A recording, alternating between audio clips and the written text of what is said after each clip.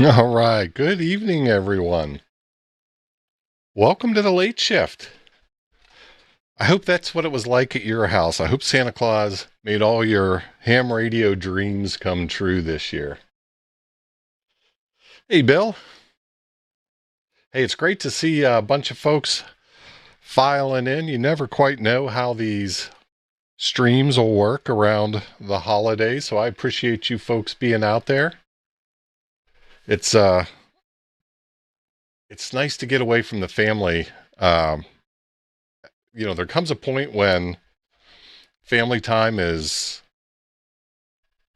great, but it's good to get a break. So maybe this is your break tonight. If that's the case, welcome. Hey, Jason. But yeah, we last stream of the year. It's hard to believe, but it's true. We are there. I was looking back. I think this is about the 15th or 16th stream under the late shift banner. So I've had a couple of other streams within that same period.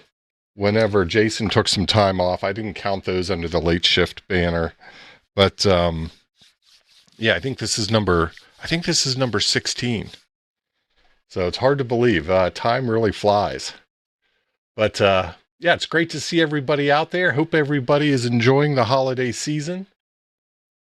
Hope you had a great Christmas. Hope Santa Claus was good to you. I want to say a special hello to all of the folks out there in green. EOD, Tim, I see you out there. I saw Wes out there. Brian, I saw you out there as well. Thank you guys. Thanks for being channel members. Thanks for support of the channel this year. This YouTube thing is a ton of fun, but it's also a lot of work and a lot of time, and your support is greatly appreciated. So thank you. I recognize you guys. Thank you. Kelly, I saw you. You snuck in there as well. Good to see you out there. But we're going to keep things kind of light tonight. We're going to do kind of put a bow on a few things, maybe, is a way to think about it. We're going to revisit a number of the projects that we've worked on here together over the course of those 15 or 16 months. And we're going to do just a little update on a few of those things and try to clear the decks a little bit. We've got some fun stuff coming up in the new year, certainly. I've got some project series coming up. Seems like you guys really enjoyed the TinyGS series. I certainly did. I like finding a topic that we can all kind of do together. I think that's a lot of fun. So I've got a couple more of those in mind. One of them I'm really excited about. It's using, you guys, I'm sure you've seen these. There's a bunch of people coming out with these small touch screens that have like an ESP32 in it. They have some sort of microprocessor in it. They also have some AI capabilities. They have cameras. It's like ridiculous the amount of technology that they pack into this little 3.5-inch screened device. And I think we could have a lot of fun with something like that. So I'm working on a series for that. And of course it's going to be radio related, but I love trying to mash up some light coding, some electronics, some radio stuff. I like, throwing all that stuff in a pot and see what kind of stew we can make. So, that's something to look forward to. But yeah, and I don't know. I see a few more folks popping in here.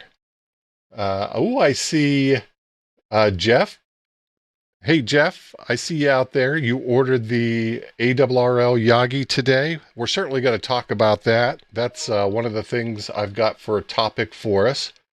Boy, it's a great little antenna, especially for the price, 99 bucks. Um, Thanks for coming in, Kelly. Frank, I saw that you brought the crew over. Thank you. I appreciate the redirect. Welcome to everybody that was hanging out with Frank on his stream tonight. Um, but yeah, so we're probably going to move off of our format just a little bit. I'm going to try not to go quite so late tonight. I know, but I've got a date tomorrow. So we've got one of our ham radio buddies, someone you guys likely know, Mike N2MAK, is in visiting his family here in the North Texas area. And we're going to go out and do a POTA tomorrow morning. So I'm going to try to wrap up at a reasonable time so I could get up at a reasonable hour and get my chores done and get out the door and get out to the park. And who knows what'll happen out there. I'm going to be dragging some equipment out there. I'm going to take that new ARRL Yagi out there. I know Mike has told me that he has not yet made a satellite contact, so I'm going to drag my kid out there, see if we can't get him a satellite contact.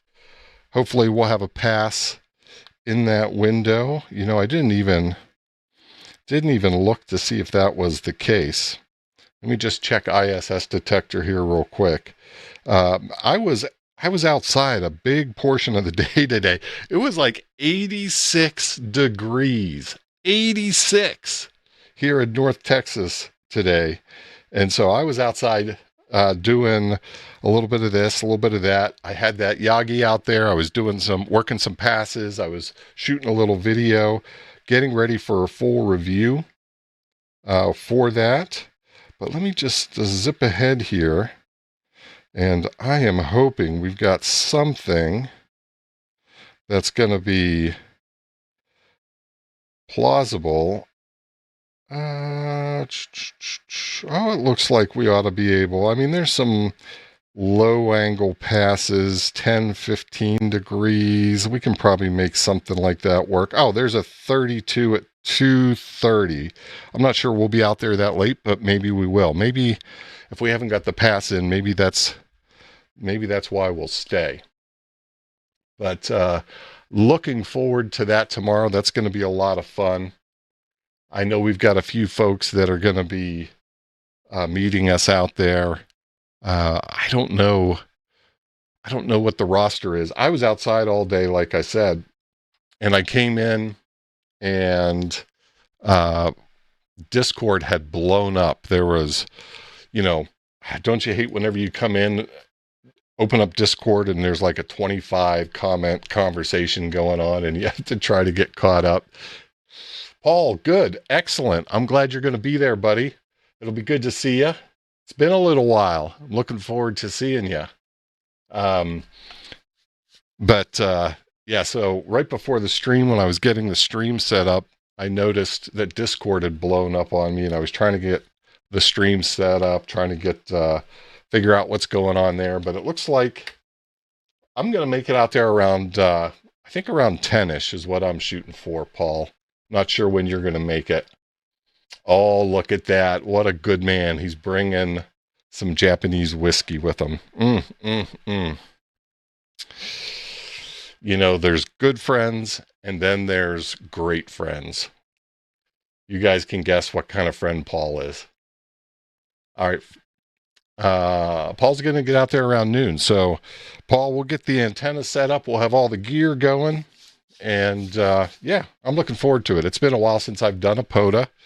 I enjoy POTA. I'm just not like a POTA fanatic. I enjoy POTA when we have a big group and we're out just hanging out together. That's what I call a POTA party.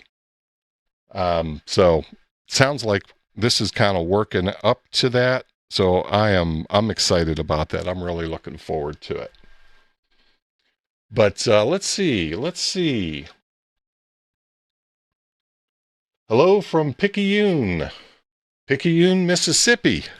How you doing there, Arnie? Good to have you out there in the chat. Thanks for stopping in tonight. 45, nice to see you out there. Oh, let's see. KC9 USB, a balmy 40. Well, I'm not sure where you are, but 40 degrees in late December is not all that bad. I've certainly seen worse. See, Bill's throwing questions at me. Did your Elecro come functional out of the box? It did. It was ready to rock and roll. Now, you can buy that Elecro, and this is the one we're talking about, right, Bill? I want to make sure we're on the same page. This is the M1. I'm pretty sure that's what you ordered. My guess is that came in from Matt over at Atlivox. But yes, so it was fully ready to go, right? You can buy that in two different configurations. You can buy the raw board, or you can buy it with the factory case. I highly recommend the factory case. The factory case is stout. This thing is, I love the case on this. This thing is just, I mean, it does feel like a brick. And in my experience, Matt always pulls those things out of the box and flashes them with the most current version of the firmware. I know for sure that he does that. I remember seeing a video he had put out not that long ago, Bill. You could probably find it out on his channel, on the Atlivox YouTube channel. But he had ordered a bunch of these, and he ordered a bunch of them in a couple of different frequencies. And the thing that's a little surprising, I don't think I've got my box sitting around here any further. There's no marking on the box that tells you what the frequency is.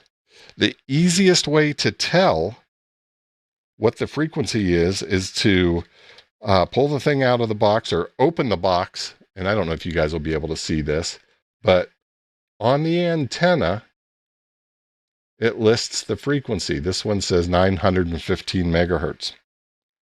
And so he actually, I know for a fact, he had to actually open up every single one of those and make sure that he got them put in the right bin. And he was flashing them as he did. So, so let me know, Bill. Do you have some trouble with that? Let's see. Battery was probably okay. Little charge fixed the whole thing. Ah, there you go. There you go. Well, glad to hear it. I was going to say, if you have any problems at all, I am quite certain Matt would take care of you. He is a good dude. He's the kind of guy you want to support. And, he takes so much care in everything that he does related to his business. It's really quite impressive. So I'm glad you got it going. The frequency is likely, Jeff, I am sure it is on the board, but whenever you get this thing in the factory case, you can't see that, and it's not marked. There is a little tag on these things, but it's not, the frequency is not on the tag. So, when you get it with a factory case, you'd have to crack the case. And, there's just 4 screws on this thing. It's not like you couldn't do that, but certainly it's a lot quicker to check the antenna. But yes, if you bought it without the factory case, I am sure it is on the board as well. Hey, there's Mike N2MAK chatting about the POTA tomorrow. Looking forward to that. Ronnie, I saw you you snuck in there. Thanks for joining. Oh, let's see, a few more folks out there. Hi, Jimmy, I missed you. WTF Radio, welcome. Getting out in life. Nice to see you out there. Hey, thanks for joining, everybody. It's nice to have a big, full audience here. All right, let's see. Let's jump into some stuff. Let's see. What do we got here? Well, let me do my quick spiel, and we're going to make this quick tonight. All right, want to tell everybody about the community list. If you're not on my community list, right there's the URL. Go out there, sign up, get on the community list. Let's see where we're at these days. Community list gets you on the mailing list for an occasional newsletter that I've been quite tardy with. Nobody can complain that I have been spamming them with mail on the community list, right? I've been quite tardy. But the big thing the big reason why a lot of folks may want to be on that community list is if you're on the community list, then you're automatically entered for every channel giveaway. And we've got a big one coming up at 5,000 subscribers. I am at 4,535 subscribers today. So we're inching our way there. We're going to be there before you know it. And when we do, we're going to have a whole bunch of good stuff here to give away.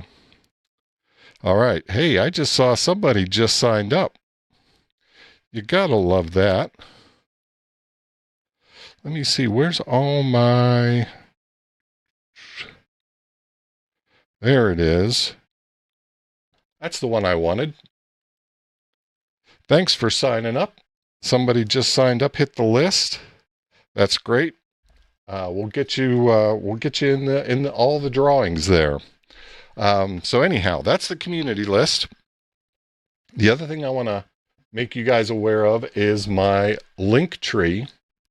And let me go ahead and get you guys over here to the link tree, just so you can see what this is, right? This is where you can join the community list right there as well. I've got a bunch of ways that you can support the channel. I've got some t-shirts, bumper stickers, buy me a coffee type stuff, all kinds of stuff out there. Also a bunch of affiliate links out here. If you guys are looking to buy some Meshtastic gear or some of the other things that you see here on the channel, I have a number of different discount codes out there. And I also have a Amazon store with some of my favorite items, things that you've seen often on the channel out there. So if those are of interest to you guys and Santa didn't bring it for you, you can go out there and grab it off of the link list here. Also, let me point out here these frequency guides. So one of our friends of the channel, Tim, EOD, Kaboom, he's out here somewhere, and he's just changed his channel, or he just changed his screen name too. We're going to talk about that in just a minute. He's Rockets and Radios these days, but he puts together this frequency guide, and I posted out here. If you guys are looking for the frequencies for FM satellites and how to program your radio, this will give you the frequency list. Okay. And if you're looking for a way to, if you're looking for some instruction on programming your radio for the use of satellites, check out in my video history. You'll find some videos out there where I walk through that and show you guys how to do that step for step. All right, so that is that. Let's chat here for just a quick moment. So as I said, our friend of the channel, Tim, EOD Kaboom, has decided he's going to dip his toe into YouTube streaming, which I'm excited about. Tim always has some interesting viewpoints. He's a very active ham, and he's into a lot of the same kinds of things that I enjoy. It's great to have him hanging out here on the channel so frequently. It's great to have him be a supporter of the channel, and he wants to start live streaming. But, you know, YouTube has this crusty little rule that you have to have at least 50 subscribers. I think that's what it is. Is it 50 subscribers? I'm pretty sure it's 50 subscribers. You got to have 50 subscribers before they will let you stream. Hey, I just saw a super chat out there. Jason 762. Thank you, man. I appreciate that. Thank you. Thank you. Super chats are always welcome. Those always help. Ah, look at Paul. I told you Paul's the best. Look at him go. 10 Digital Rancher gift memberships. Thank you, Paul. I appreciate that. All right. Let's toss in the link here. I will do that. We'll make sure that those got through. Looks like they did. So let me get a couple of these out there so you guys can see that. But get a subscribe to Tim so he can get on, so he can get out there on the YouTubes and start sharing, you know, things that he's passionate about. I'm looking forward to what he does. He's got some great graphics here already. Love this. Love his new logo. Love the banner up here. So, Tim, I hope we can get you real close there. It'd be great to get you to a point where you're able to start streaming for the community here. Now, this here says subscribe. That's because I'm running in private, right? I am already subscribed. I can promise you guys. Let's see if we got a few subscribers out there for him. So we went 14 to 28. There we go. That's what we like to see. Bill. Thank you, Bill. Thank you so much. I appreciate that. Thanks for the gift memberships. Wes, thank you for subscribing to Tim out there. I saw your message. Yeah, that's right. Let's get some support out there for satellite friends. All right, great to see a bunch of people out there subscribing. Hey, if you've got 2 channels, subscribe twice. You got, you know, 2 or 3 different logins for YouTube. Go ahead and hit them all. Look, he's up to 31. We've almost got him there. Almost got him there. We'll hit this a couple of more times. Hey, Chris, good to see you out there. Boy, I tell you, it's sure pretty to see all these green memberships out there chatting away. So I really appreciate that, Bill. Paul, I really appreciate that. Thank you guys, and thank you for the super chat, Jason. All right, feels like I'm getting some Santa Claus time here, so I appreciate it. All right, happy Friday, yes indeed. Another Vegas ham in the chat. Bob, is that you, or is that someone else that you're referring to? Hey, John, welcome. In the process of buying a new house, should I buy a new radio as a housewarming gift to myself? Well, yeah, of course. Come on. You don't have to ask that question around here. No surprise in what the answer may be. Yeah, absolutely. Get something you've been wanting to get.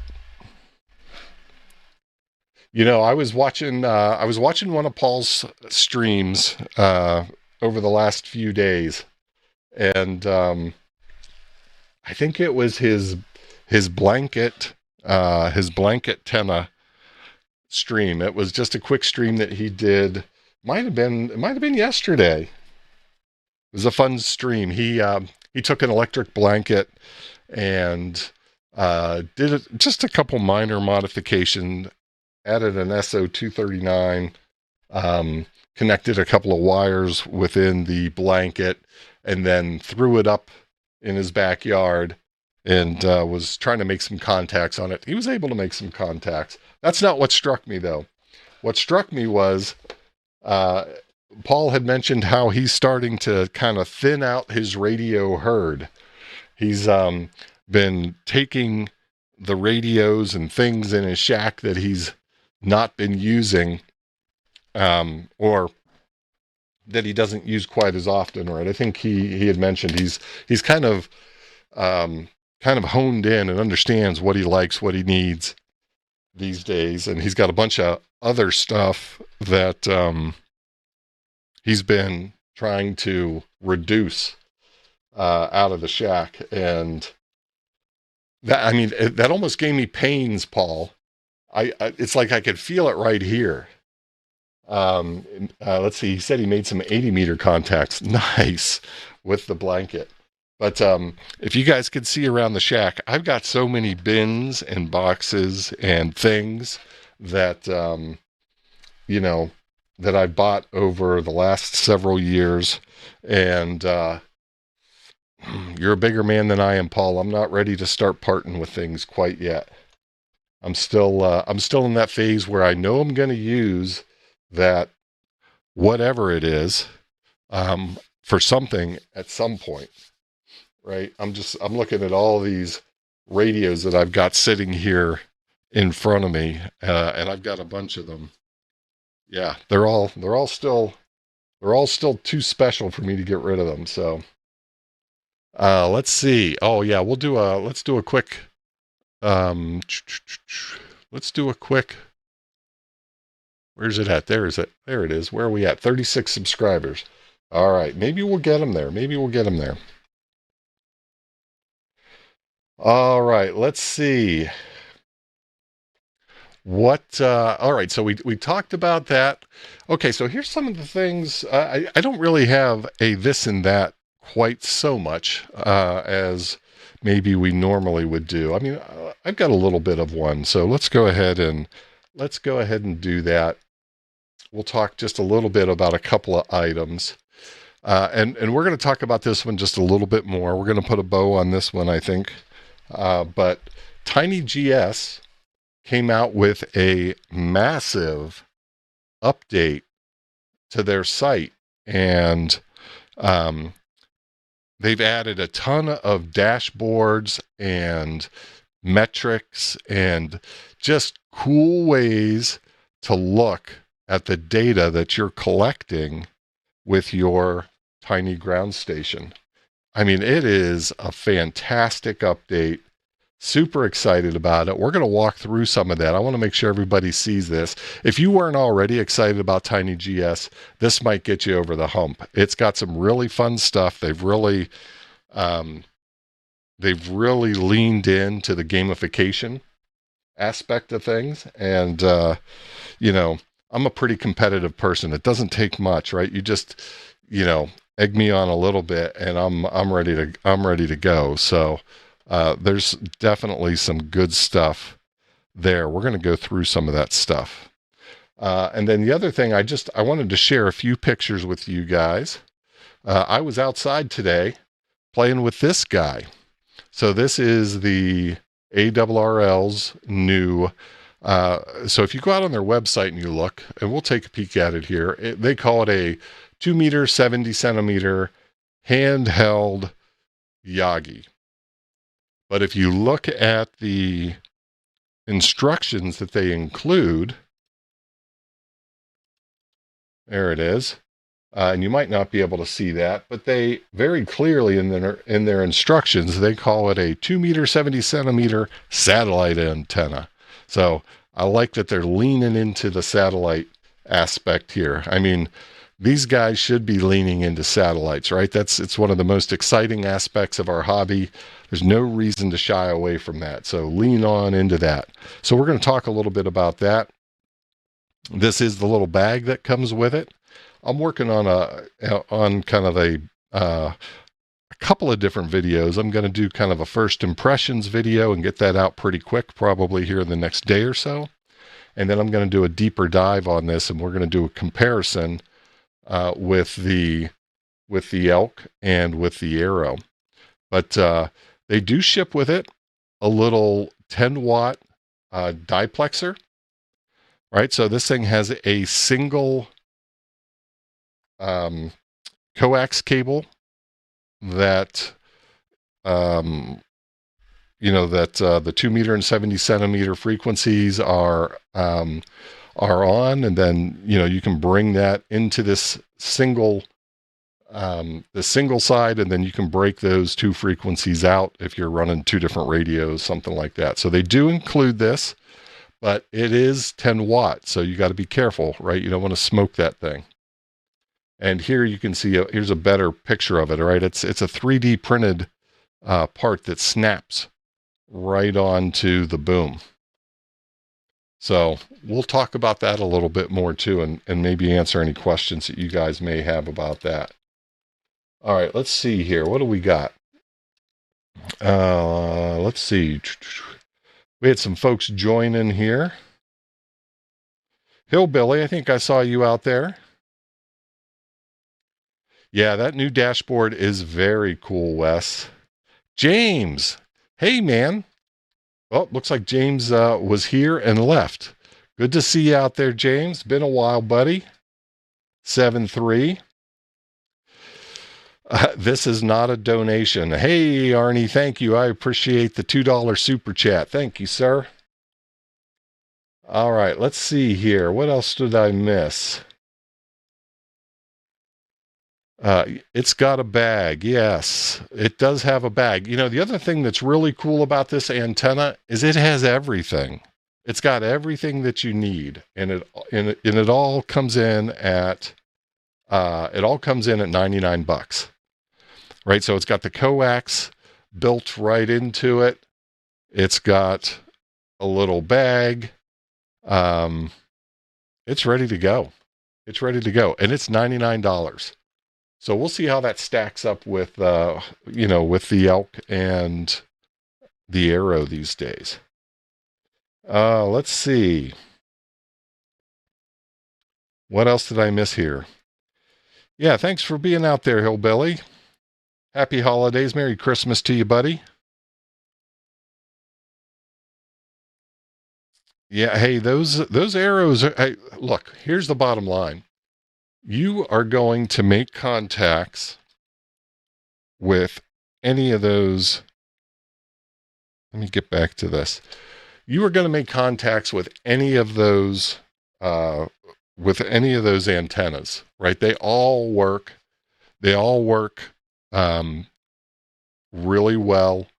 I think the Arrow likely has the most gain, though the numbers that I'm seeing on this ARRL antenna are pretty impressive. I think it comes down to what you want to do, how you operate, and what's important to you, right? So, like I said, this ARRL antenna is $99, which is probably, well, let's just jump into it. This is a good topic. Let's just jump into it. Let me show you a couple of things here first. Right, here's the little assembly guide, and this is so smart, right? This is so well done. You don't even really need the assembly guide, but this is what I was talking about. 2 meter, 70 centimeter satellite antenna. Yeah, lean into that. I should probably try to reduce this here. Can I make this a little bit smaller? There we go.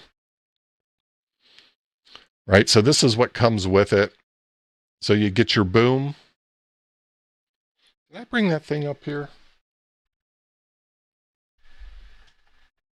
I thought I did. I think I've got it laying around here somewhere. But you've got your boom. You've got several different insulators. You've got this coil up here. We'll talk about that a little bit. That's a choke. We'll talk about that. You've got your coax that comes out the bottom. This already has a nice cushion grip handle. And then you've got your elements. A number of these elements, like this yellow, orange, and green element, everything's color-coded, super easy. Right here you can see, you take a yellow element, you find the yellow insulator, and there's a hole in that, and you just slide it through. And you slide it through until you meet the tape on the element. I mean, this takes no time at all to assemble. Absolutely no time at all. Let's see. I saw somebody threw a question out there. How's the bandwidth? I've not done any. I've not put it on an analyzer yet, but I have just I have worked some passes with it, and I've had no issues, no problem at all working passes, horizon to horizon. So I did an ISS pass. I did a couple ISS passes. I did a SO50 pass.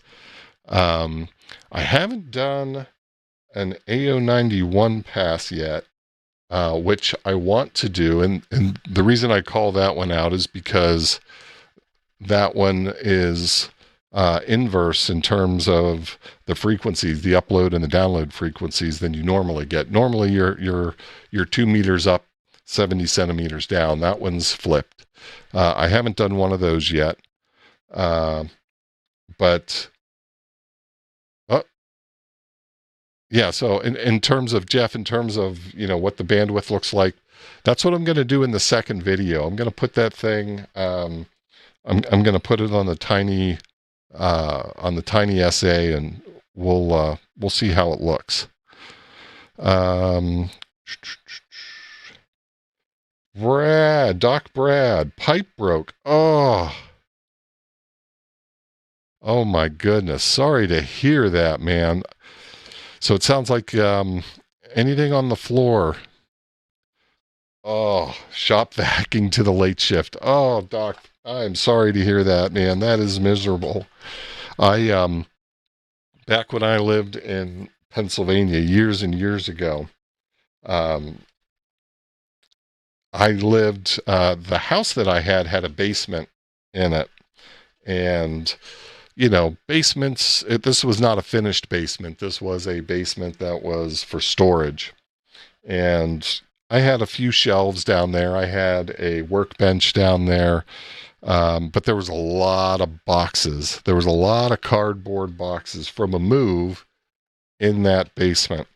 And we had one of those 100-year flood events, you know, those things that seem to happen about every, 10 years. They call them 100-year flood events.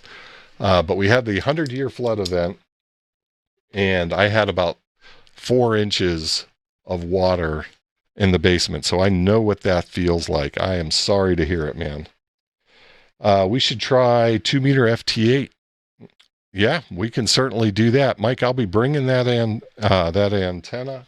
I'll probably also bring the elk just for the heck of it.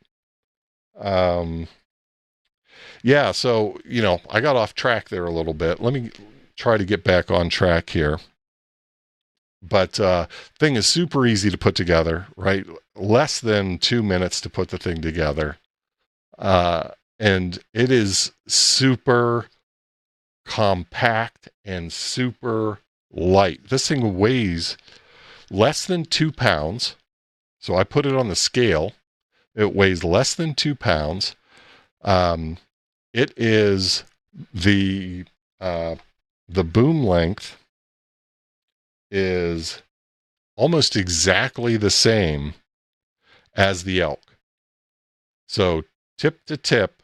Now this is the elk with the 3D printed handle, right? So whenever you buy the elk, they give you a PVC handle. It sticks out beyond the boom, maybe, I don't know, 8-10 inches. I removed that. I put a 3D printed handle on that. And so that 3D printed handle makes the boom very similar to this one, where you've got the handle that's connected directly to the boom. But, from the back of the handle to the tip of the boom, it is exactly the same length as the elk. Like I said, it's about 1.5 pounds, and it's got everything you need. It's quick and easy, and it's $100. That's the part that I just can't get over, is, that the ARRL was able to get that to $100. Now let's go out and just take a quick look at gigaparts. And let's just do a quick comparison, right? Because these prices change fairly frequently. And we're going to look at the ARRL satellite antenna. So this is the one that is closest in capability. Right, here's what I mean by that. So now this is a split boom, which is nice. So you can take that boom and you can take it apart and make it smaller for packing, which is nice. But this one here comes with the duplexer, right? It's actually a diplexer, but everyone calls them duplexers. This actually comes with a diplexer, and that is similar, right? It's got the coax built into the handle. Same capability, 10-watt diplexer. And you see this guy is $200. So exact same capability. Now, yes, you can argue this might have a little more gain. Maybe it does, maybe it doesn't. These guys don't publish gain numbers. Okay. So maybe they do, maybe they don't have more gain. I think they likely do, right? They've got more elements. It stands to reason. But now let's go ahead and look at the elk. We're going to look at the L5. That's the one that I always use and recommend. Okay. There's a number of these, so you got to make sure you get the right one. And, here's what I was talking about in terms of the handle it comes with. Right? It's got a PVC handle that sticks out. That's maybe a foot or so, a little more than I was even thinking. But when you put the handle on the boom, this is probably a better picture. When you put the handle on the boom of this antenna, from the tip to the back of the handle, which would be right about here or so, and you put a cushion grip on it, they're going to be the same length. But here you got $140, $137.95. Okay. Then if you want to kind of make it apples to apples and you want to, you got to add your own coax to this one, right? Maybe you have a 6-foot length coax. That's all I use is a 6-foot length coax. But if you don't have it, you got to add it. So you add the coax. If you want the other handle, you got to print it. Ask someone to print it for you. Pay to have it printed. Whatever. You're going to be. You're certainly more than $99. That's the point. All right. Let me see. Weatherman math is like hamstring math. Absolutely, Bill. You got it. Let's see. What else did I miss out there? Link to the elk handle STL. All right. Do this. Here, I'll get it for you. I know where it's at because I've got it in my video.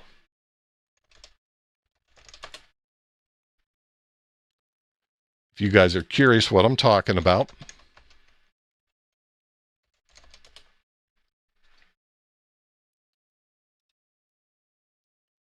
we go out here to videos, we go back, we go back,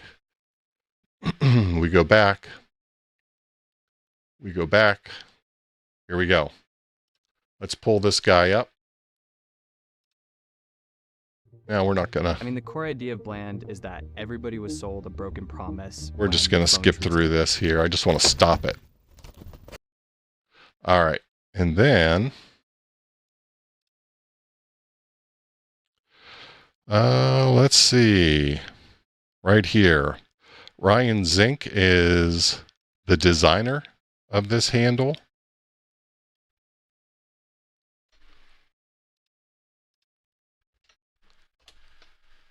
Well, what did I do? What did I do? Why am I not getting that full? Here, we'll just do it that way. But if you go out there and find it in my video, you can click on it. I'll drop it. I'll go ahead and drop it here if anybody wants it.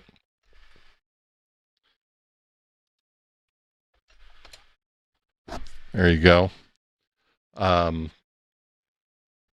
Ryan was nice enough to reach out to me as well on that video, which was kind of fun.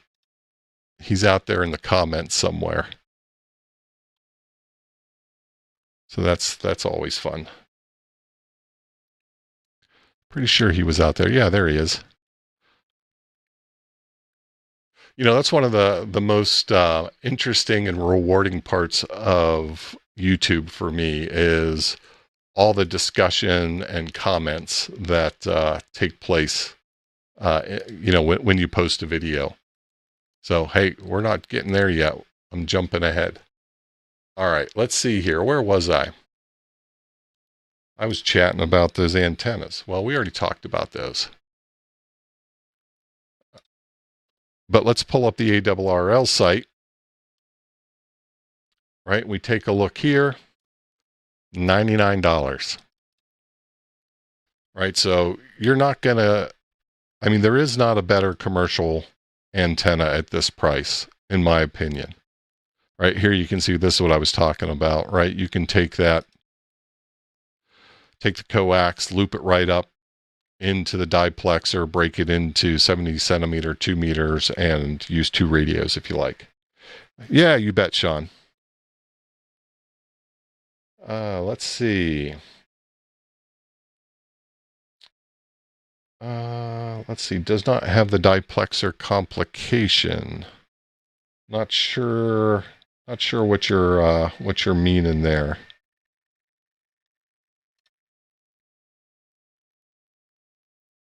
Let's see here.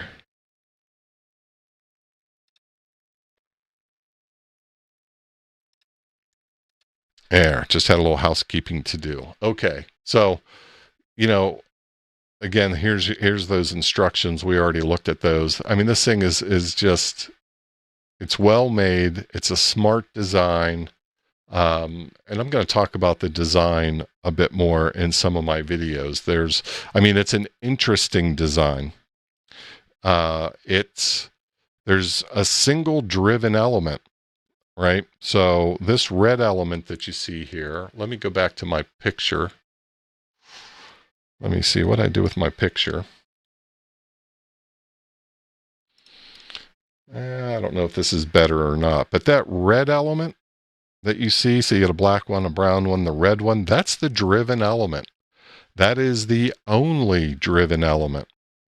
What's really interesting about this design is that short 70 centimeter element that's right in front, that orange one that's right in front of that red one, that is a parasitic element for 70 centimeters.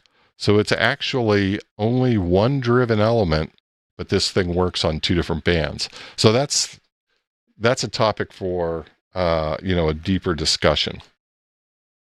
But in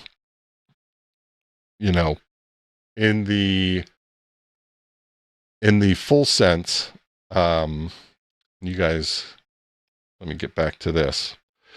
I mean, this is a Yagi antenna. It's certainly a Yagi antenna, but all the elements are on a single plane, and that's I really like that. It's just more convenient. Let me find you guys again here. And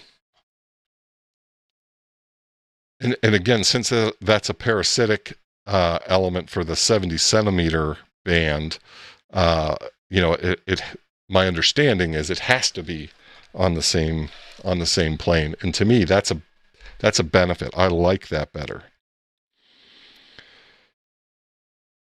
Let's see here.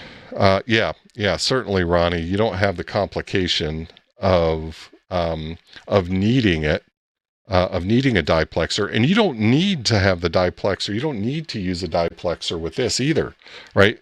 That diplexer is only necessary if you want to use 2 different radios. So whenever I was operating it today, and I did several passes with it, that coax went directly into the 2730. And, the one thing you have to do is you have to have an adapter to go from the SO239 to a BNC female connector. And then, pop it on, screw it in, and you're ready to rock and roll.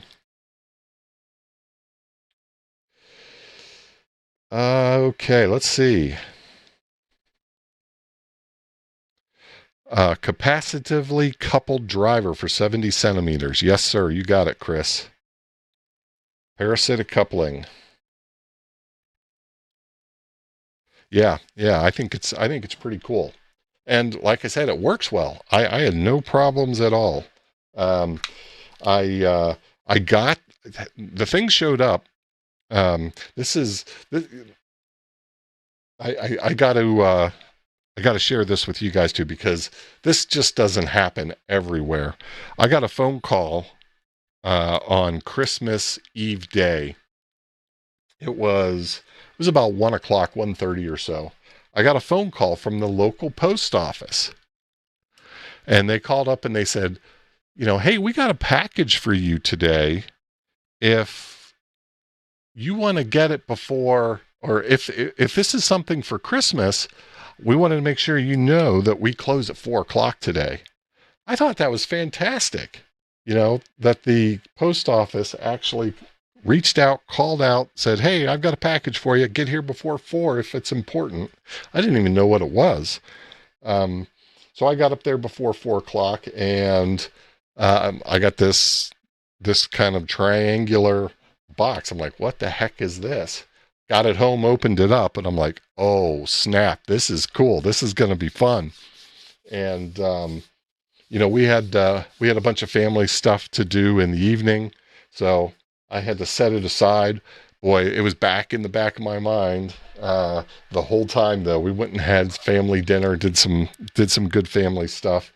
And then when I got home, I cracked that box open. I'm like, yeah, this is going to be good. I did a quick check. No good passes on Christmas Eve night. So I did a pass Christmas Day. I think it was late morning or so. Yeah, it was late morning because I hurried up and did a quick short to get that out so people could see it. But yeah, I've been having fun with it. All right, let's see. Uh-oh. Chris is trading in his Toroid winder for some brown liquor. Good luck there, Chris. Hang in there. Let's see. So Chris is asking, which should he get? And I know I'm going to get this question 1,000 times. And as much as I hate to say it, you guys all know the answer, right? It depends. It really depends on what you want to do, right? If you're, well, first of all, if money's an issue, this is half the price, right? We just looked, the ARRL is $200 with, the same configuration with the with the diplexer that comes with the diplexer. Now I bought we should, just to be kind of comprehensive, let's go back to Gigaparts here real quick. Now, when I bought my ARRL,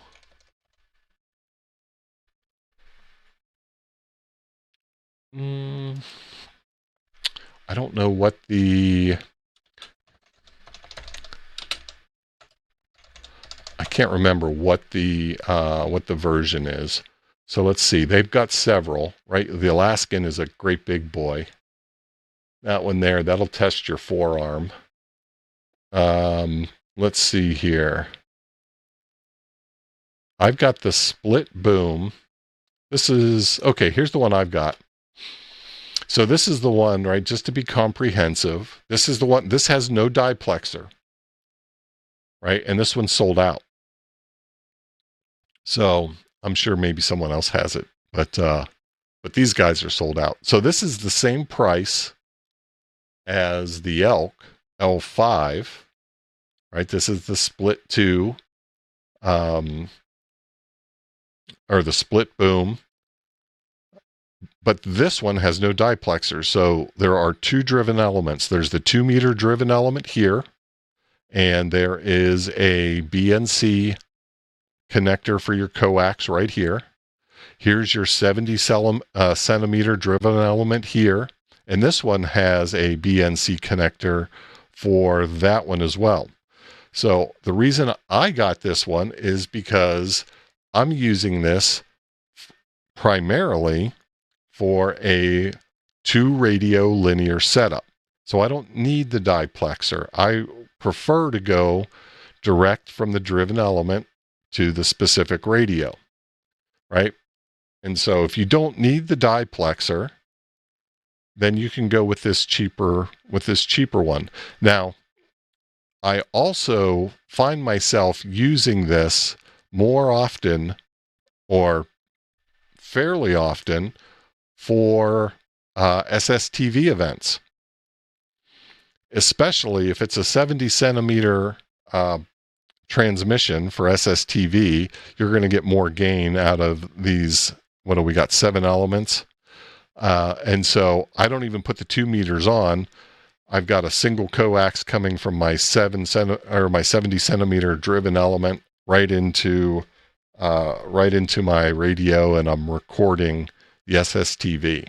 So, this in this configuration would not be convenient to work FM satellites if you were trying to work FM satellites with a single radio. This would not be a convenient setup. So if if you're starting out, and it's recommended that if you're starting out, almost everybody I know starts with FM satellites. And so my recommendation has always been go with the ELK if you're starting out, right? Because it's more convenient, single coax connection, and it's cheaper, right? And again, I'm comparing it to an antenna that doesn't require 2 pieces of coax. So that's the $200 version. But now that you've got an even cheaper option at $99, that's the same size with the same convenience, I think I'm going to have to start to recommend the ARRL version, right, at $99. Right? That's $40 that somebody can put toward other stuff for their kit. So, John, you've got the one with the duplexer. Got it? Let's see here.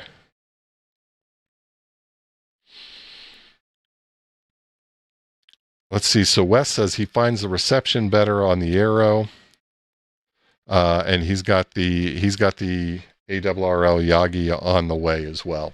I really enjoy having both of them. I find ways to use them both. You guys may recall several weeks ago, gosh, what was it for? Paul, you may remember. I know you and Frank and Jason and Elle were all out at a park somewhere, and they wanted to, or you guys were working some 2 meter sideband. Was it 2 meter sideband? I think it was either 2 meter or 70 centimeter sideband. And so I took the Arrow antenna with, I think it was 2 meter. I think it was 2 meter. And I just put the 2 meter elements on it, and I put it on my bike stand that I've used for so many different projects out in the driveway, and was able to make a sideband contact with Jason with my 9700 here on this Arrow antenna. So, I don't think you can go wrong with any of them, but for people that are starting out, I'm going to recommend the simplest, and that's either going to be the ARRL satellite antenna or the ELK antenna. I think they're equally convenient, easy to put together, quick to put together, easy to carry, light to carry. But hey, $40 is $40. All right, let's see. Yeah, it was 2 meter. Got it. Yeah, that was fun. We were able to get that sideband contact in. Let's see. When I find the perfect antenna. Yeah, exactly. Exactly. We're going to keep looking for antennas. All right. I think we got through everything we needed to chat about the antenna. Like I said, I'm going to have an early impressions video come out. That's going to include a couple of my my first passes with this antenna. I'll walk everybody through it, and just allow folks to get familiar with it. I mean, for $99, I just don't know how you beat it, unless you're going to build your own, and when you're trying something for the very first time, it's nice to know that your kit is right and that it works, if that makes sense.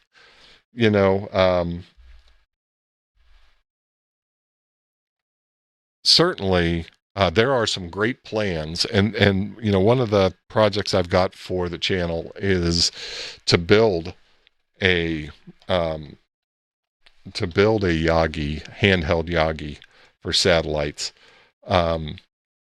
We'll do that sometime this year. But, when you're just trying to start out and you're still learning to track the satellite, the first time you actually hear the satellite, it's, the first time you can find it in the sky and you can hear it. I mean, those are all great moments. And, when you're trying to figure that stuff out, I know whenever I was doing it, I was watching as much YouTube videos and everything else as I could, because after a pass, if I didn't hear anything, I didn't know if it was me or if it was my kit. And if you can eliminate one of those factors by using a commercial antenna, if you can, it's not necessary, certainly, but if you can eliminate a variable, I think that's helpful. All right, let's see.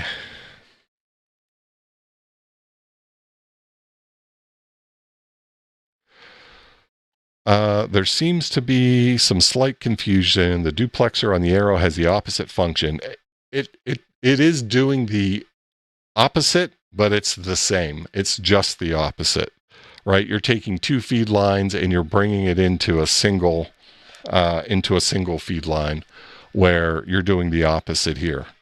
But there's no, I don't believe, certainly if you know better, straighten me out, but I do not believe there's any difference in the diplexer that's doing that. Right? I know whenever I buy a Comet diplexer for my 9700, you can run that thing either way, right? You can either use it to split out multiple frequencies, or you can use it to combine frequencies. You don't buy a different version of the diplexer to do the opposite.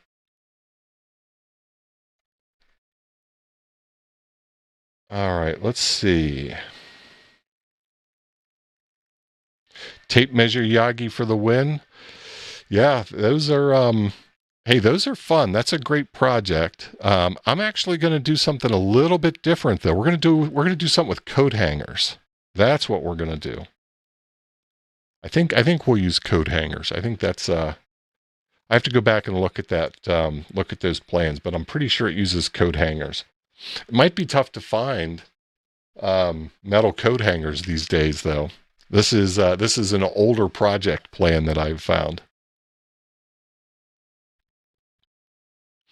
Ronnie, I don't know that for a fact because I haven't done it, but I'm going to try it. We're going to find out. Right? I can certainly try that out with my 9700. I can come off the back of the 9700. It has a separate antenna connection for 2 meters and 70 centimeters. I can come off the back of the 9700, go into that diplexer, and then go into a into a single antenna feed, and we can find. I'm willing to bet that it's going to work. Oh, I just saw somebody say we're up to 44 subs.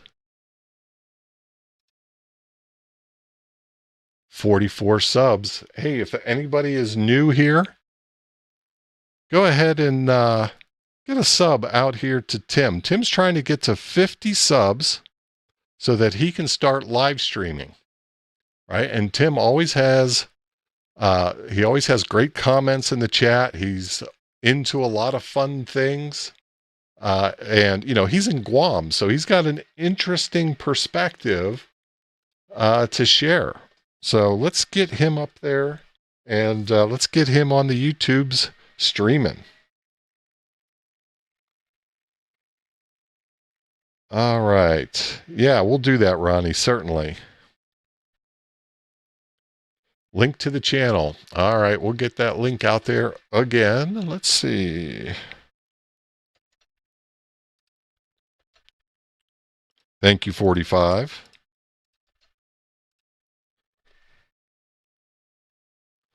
Let's try to get that good man over the hump. All right.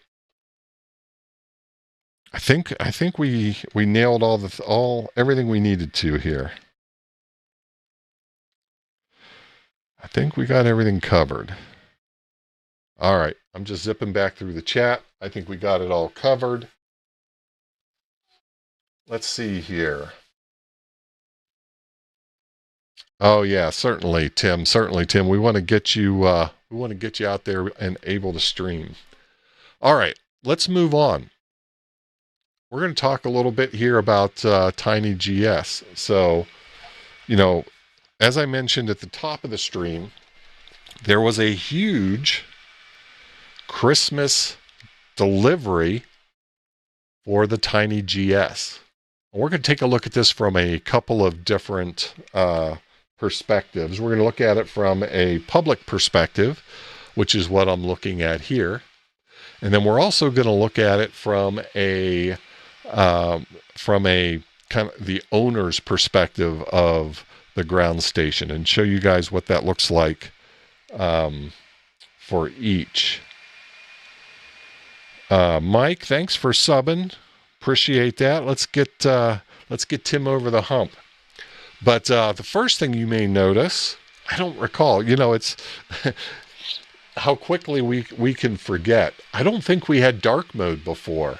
We got dark mode now, right? So we can either go light mode or we can go dark mode. I appreciate some dark mode.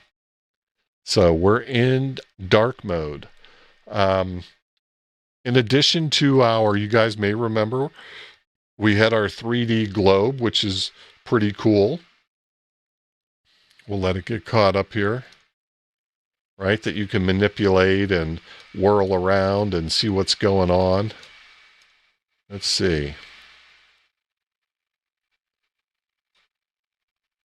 Let me zoom out a little bit. Maybe that'll help.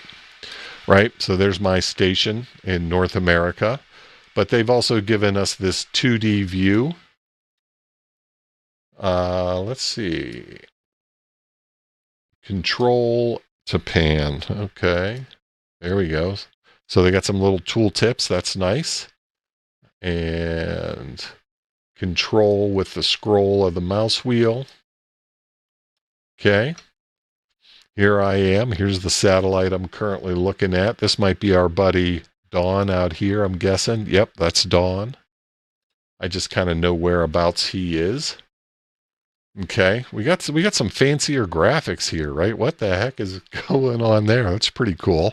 You know, some of the same information here.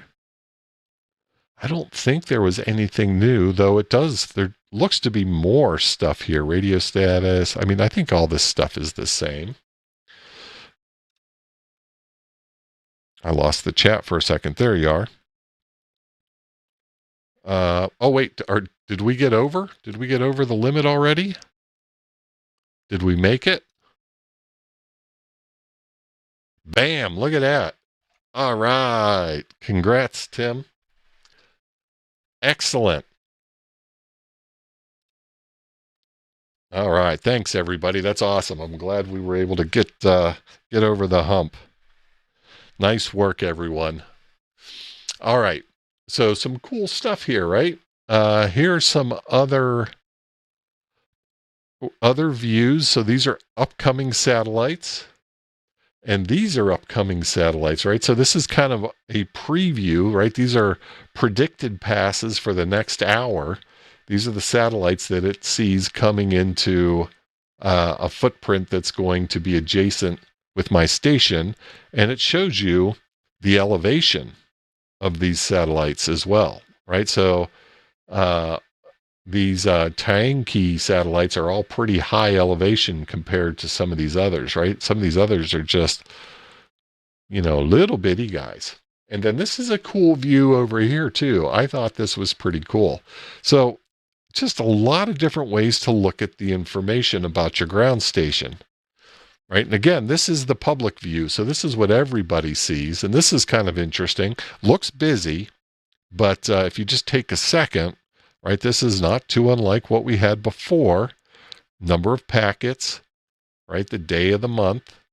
And we've got this, we've got some graduated markings here that help us see where we're at, right? Like here I had over 900 and I can see that. And if I park myself on one of these days, I can get some more information there. Makes it just a little easier to see what's going on.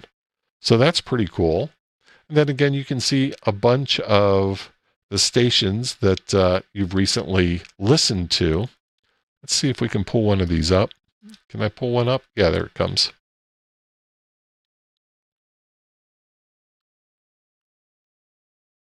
Right? We can still go in here and we can take a look at the information that's in the packet. It's kind of cool. You can see all the stations that were able to hear it. Meshman, there's my station. Someone's got theirs named home. Here's another 5 station, right? So all pretty cool stuff.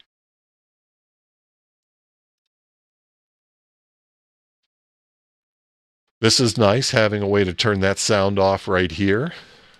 We've got several different sounds. And all these sounds were available on the other one as well. Well, what do we have here? Oh, I guess if you have multiple stations, you can turn on which ones you want. Here, let me see here. I'm going to zoom in just a little bit more here. So that's kind of interesting, right? You can kind of see how you're tracking the satellite. So just visually, pretty cool. I thought it was really well done. Now, here's where it gets even more fun. So this is my console. Now, well, we'll get there eventually here. So here I can pull this up and I can take a look at my console, right? This is just where we were. But there, you have some other tabs here with some interesting information on it. Now, alias, that's this name up here.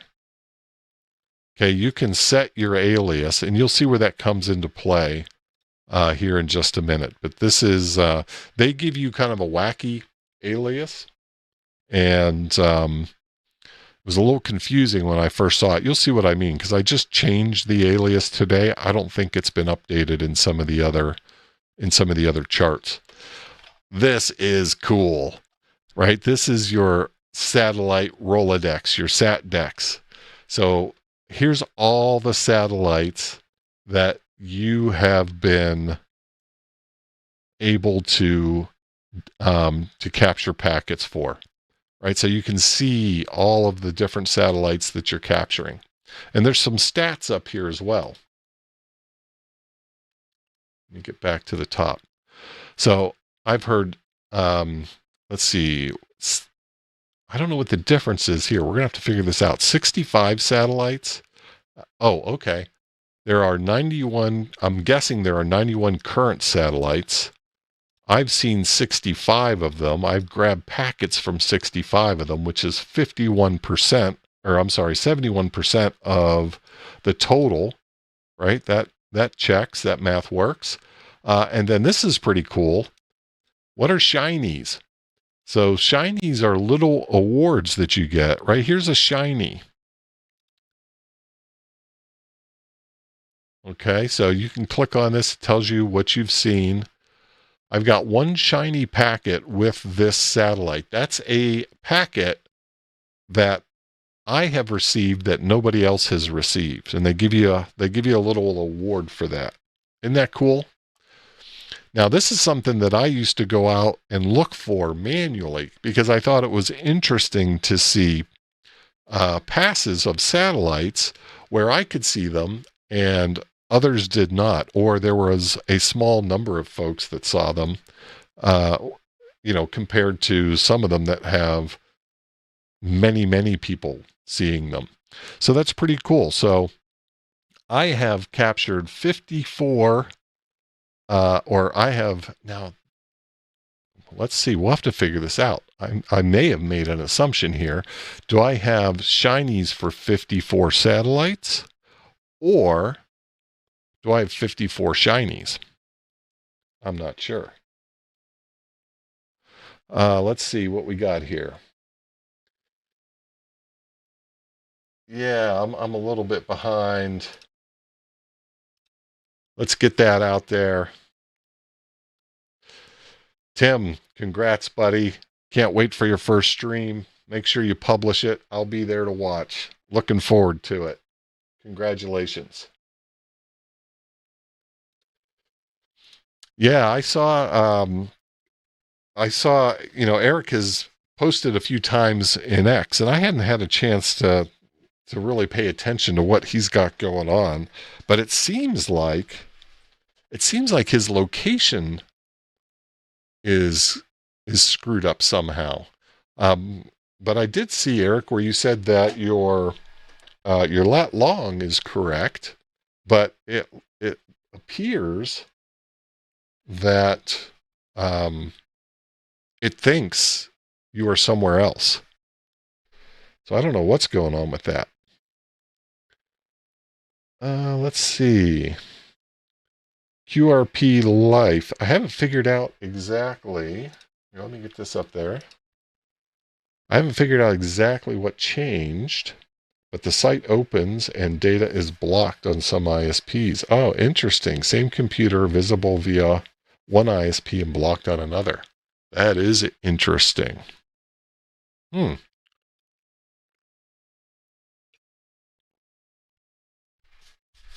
Well, you can see I've not had any trouble here. I'm able to view it on my phone. If I'm not using Wi-Fi, so if I'm using the carrier, it would be interesting, QRP, if it'd be interesting to see if you could ask your ISP and see if they're blocking it. I mean, they ought to be able to tell you. I would reach out and ask. Let's see. Someone tell Don about the POTA tomorrow. I think I've got Don's number. I think I got Don's number. Let me see if I've got his number. If not, I'll certainly hit him up in Discord. I'm going to do it right now, folks, just so here I said we're not going to go real long, but we may end up going real long. Who knows? Let me find him real quick and just set him.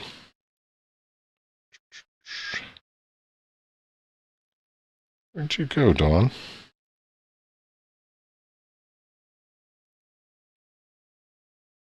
Ah, there he is.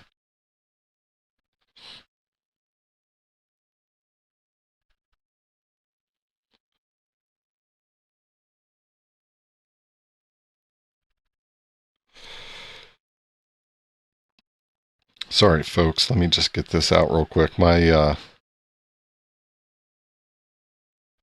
My multitasking skills are not that great at this point. Let's see.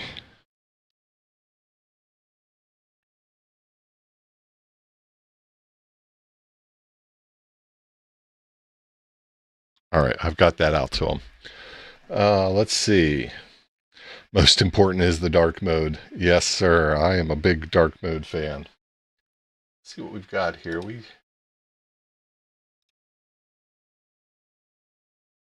I had my chat crash a second ago. I'm not sure if the stream got a little funky or what. Let's see here.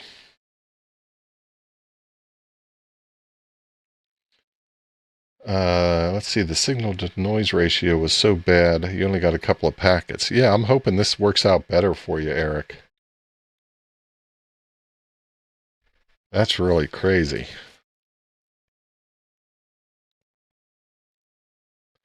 Yeah, you might have something funky going on there. Certainly be interested to see what you learn once you get that board in. I have not seen PRK in the chat yet, Paul. All right, let me get back to this. So just some cool stuff that you can see here, right? Let me look at these shinies real quick here. 30, 40, look at that, 30 shinies on this. I got 32 packets nobody else got. That's crazy. So this has got to be satellites that I've had shinies for, right? Because we're easily well past a number of shinies. So for 54 different satellites, there have been passes where I have received packets where no one else has. That's kind of cool. Kind of a cool stat. All right, let's keep moving. We'll let this load up. So this is kind of cool. This shows you, I'm not really sure why they do it as hexagons. I think that's interesting.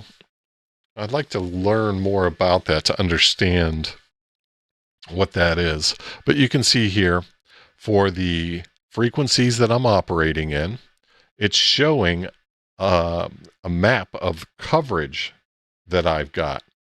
So you can see here for 400 megahertz, I've pretty much got North America covered. I mean, covered. And then for 435 megahertz, I've got everything but the Pacific Northwest up here, which is really kind of interesting. The orientation of my antenna is certainly open to the western sky, so that's really kind of perplexing to me. James, glad to hear you're making it out. That's awesome. Be good to see you. And then you see here on 450 megahertz, I've got some spottiness going on, right? Again, just kind of interesting to see where your setup is successfully capturing packets. I mean, this is really interesting here, right? I've got a big portion of the U.S. and certainly I'm not going up nearly as far north as I am. Like let's see here. I mean, I'm getting into Canada there, certainly, right? And then let's see on this guy. I'm even getting further into Canada in a couple of instances, right? But this guy here, I mean, I got some work to do here. What's going on here? I got a lot of space where I don't have coverage. Now, what's interesting is, what's the distribution of satellites per frequency? So, maybe there's just many more satellites in the 400 and the 435 megahertz range than there are in the 450. Something that we can take a look at. Okay. Pretty cool though. And then, again, this is where some of the additional gamification kicks in, right? This is brilliant. I love this, right?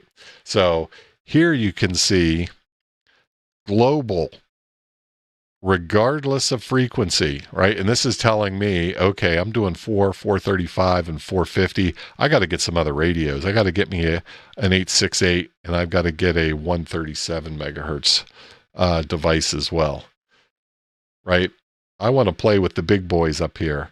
And you can see which operators are most successful.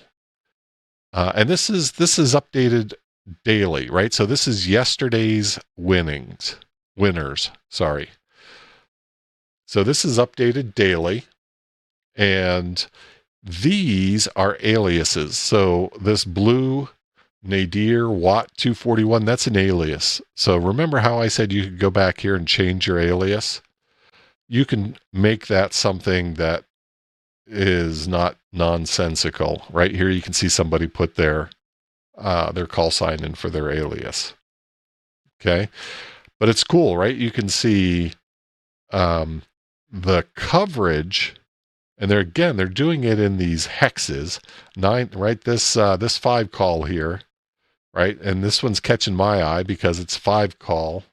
Well, I don't know where this person is. These guys got trophies, daggone it. I don't have a trophy. I want to get a trophy. But you can see here the amount of surface area of the Earth that they're covering based on these hexes. Wes is asking, what antenna am I using? I am using that quarter wave ground plane that I've got out here in the store, right? This is the one that I shared with everybody back when we did the build, right? There's a couple of different versions of this. I put multiple versions out here because, you know, I think we sold this one out first, and then this one, and it doesn't look like that one came back. But so this is the antenna I'm using right here. I'm using that version, but it's exactly the same doggone antenna.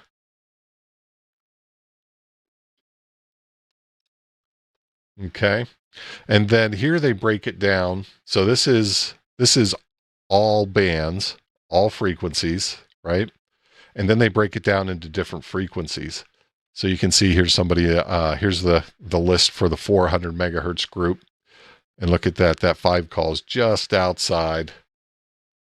You know, certainly, I mean, these don't stick with me. These aliases don't stick with me when I see something that I can maybe remember better. And then, hey, check this out. This used to be, and you see how this line is kind of offset. And I think this, I'm sure they'll fix this, right? This is a little buggy.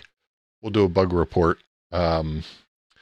Actually, I had sent this out via X when Tim had made a comment about this, and the TinyGS team had retweeted it, so I'm sure they've already seen it. But here you can see for the 435 megahertz band, I was number 9, right? Almost number 8. Now I have updated my alias to say Digital Rancher. So tomorrow, if I get on the list again, you'll see it as Digital Rancher. But you can see some people have updated with their call signs. Oh, the other thing I wanted to show here is, I like how they do this, right? They show you what your position is in the top operators list, right? So, you know, I am number 127 with 82 hex. Now, if we go in here and let's take a look at this fella and see what the heck's going on. Okay, I see what's going on here. First of all, he's running multiple frequencies. Okay, again, I got to get me another frequency. Now he's running this out of, let's see, where's he at here? Do we get any more detail on this? Maybe not here. We could do a search for the call sign. Well, no, we can't because we don't know his call sign, right? Because it's got the alias. But he looks like he's likely somewhere here, either in North Africa or maybe Italy. Um, would be my guess, right? If you kind of maybe just throw a dart in the center there, maybe he's in Italy. I would guess, just a guess. What hardware is being used for the 137 megahertz? I don't know, Wes. I'm going to have to go out and do a little digging. But I want to get me a 137 megahertz radio, and I also want to get me a 868 megahertz radio. I want to try to get them all up. Right, they're receive only, so it's no big deal. But there I am. I'm number 9, slipped into the top 10, just barely, but I got there. I got Stellar, Ascent, something or other, nipping at my heels, and then I'm nipping at SM5 RBJ's heels. So it doesn't mean a doggone thing. It's just fun, right? It's just fun. Let's see here. I wish they would show you where you are falling in these other, like in this category, 450. Right now, this is also interesting. Look at how few. That's really interesting. Look at how few hexes are covered with even this top operator, right? Numero uno only had 12 hexes covered. Kind of interesting. Right? There's the 137. Pretty cool. And then the 868. So again, just a fun way to look at how your station is performing. Now, they have a little thing out here. You have 3 invitations available. I hadn't paid much attention to this. What do they do here? I guess they're just going to send an email out to 3 different people. That's kind of cool, I guess. That's kind of cool. You probably want to make sure that your buddy knows it's coming, so they don't think it's spam if it's unsolicited. All right, let's see what else we got here.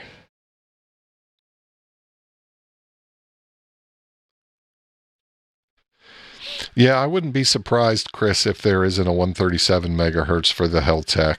I'm almost positive there is, and I know there's an 868 also. So that's what I'm going to look at. Let's see. Well, what do? We check it out, right? So let's see.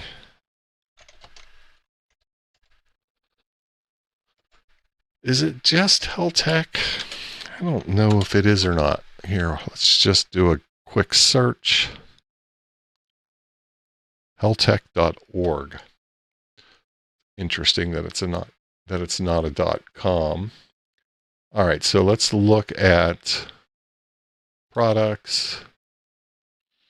We want LoRa. Let's see here. So let's look at this V4, and I know they have a couple of different bands.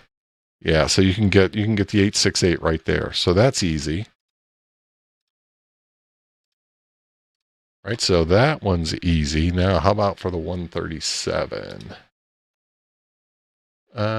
Let's just see if we can find something.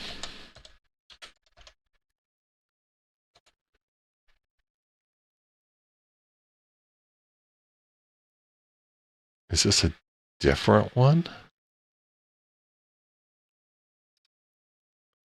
No. Why did it show me this? Display, transmission power, warehouse.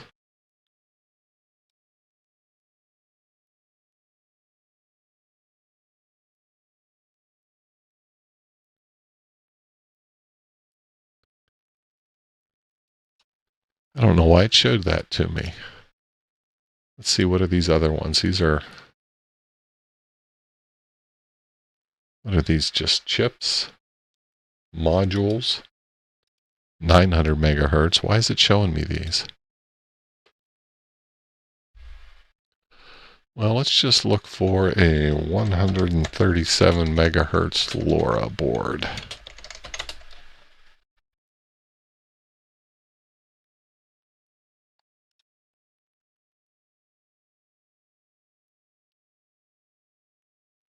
Sponsored. Let's get past the sponsored ones. Okay, what do we have right here? 915. I don't see any 137s here. That might take a little more work.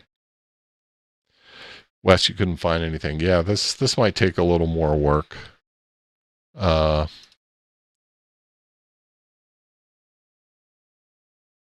Ooh. Semtech. Let's see what Semtech's got. So the SX1276, you know what? I wonder if Seed has one. I wouldn't be surprised if Seed has one. You got to buy these. Look at this. $10 for one of those modules, or you can buy a reel of $3,000. Let's do a quick check.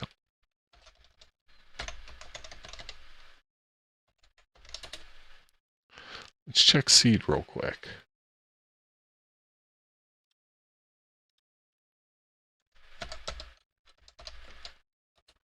Let's just see what they have for 137 megahertz. Doesn't look like anything. Okay, let's see.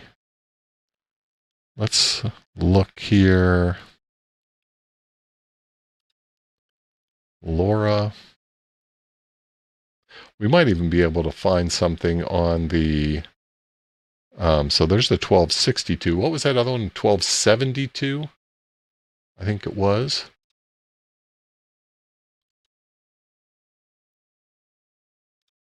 $12.76. All right, so let's look for something that's got the SX 1276 in it.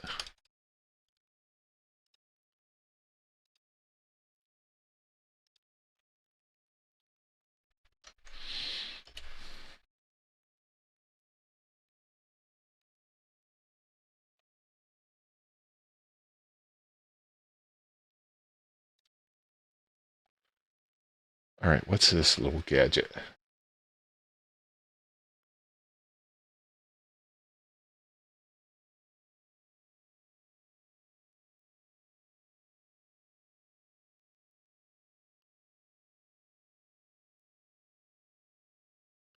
Just looking to see if it's got, if they list the frequency.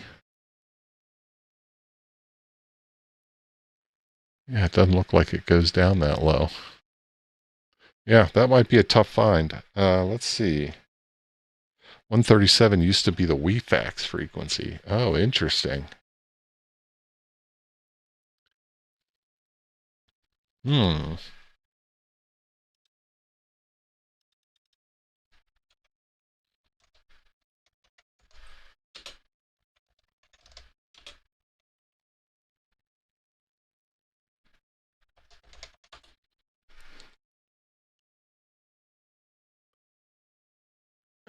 Let's see.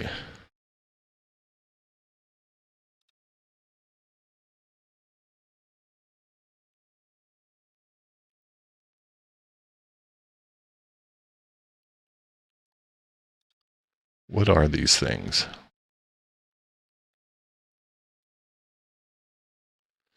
I don't know about you, but something tells me this is a little more expensive than our little health tech boards.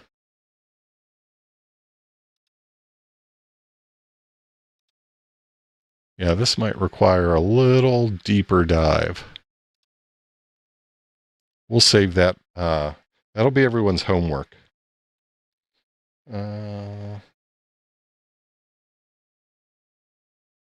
Let's see.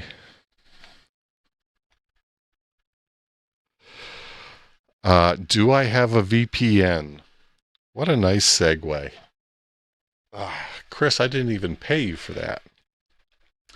I do have a VPN, but it's not the VPN that you mean, Chris. Let's see here. First of all, let me just try to put a bow on this.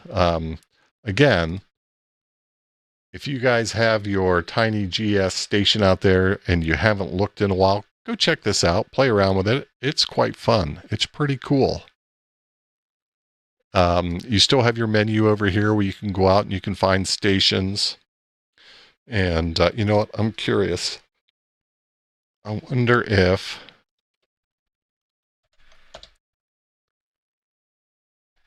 Don got his up and running again.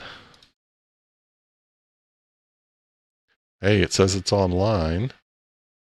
Let's see. Last seen a minute ago. All right, he's got it up and running again. Good deal. We don't have Don in the chat, do we? He hasn't joined anywhere here, has he? Let me check and see if he's responded to my... Nope. He might be doing some holiday stuff. Who knows? But yeah, good. He got his back online.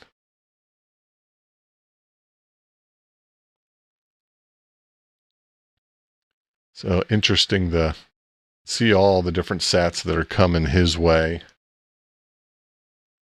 Right, so he's, I think he was still struggling with maybe the amplifier. Looks, I mean, this is kind of the numbers I was getting before I got my amplifier involved. I'm wondering if he ditched the amplifier. But anyhow, get out there and check this out. They have a little message out here about the work that they've done. This is a great improvement. I'm likely going to send, they've got a way to throw these guys a few bucks for a donation. It's a PayPal link. So if that's something you're interested in, I'm likely going to go throw those guys a few bucks. I've certainly had a lot of fun with the ground station, the Tiny Ground Station project.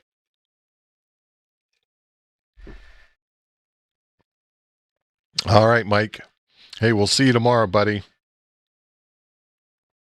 Boy, he said that a while ago. I think I lost him a while ago. All right. Very good. Very good. All right. Now, the other thing I wanted to share with you guys a little bit is I made some progress on the 44net. So I don't know if you guys played along there. I know some of you were playing along.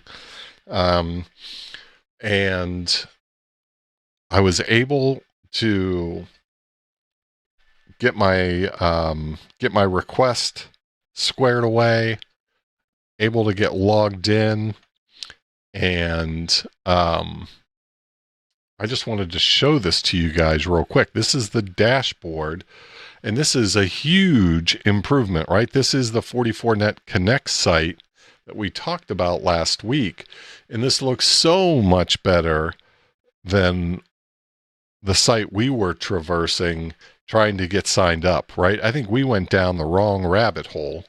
Ultimately, I think we could have been working within this site all along. You ultimately get signed up here and you get access here. But, hey, that says I'm connected. I don't think I'm connected. I'm not connected. That's interesting. That status is wrong. But anyhow, I thought this looked great. I thought this was a great looking improvement. Yeah. A site, better site. Absolutely. Oh, let's see. Oh, I missed Pepe. Hey, Pepe, thanks for joining. If you're still out there, go get some sleep, buddy. Happy New Year to you. Let's see here.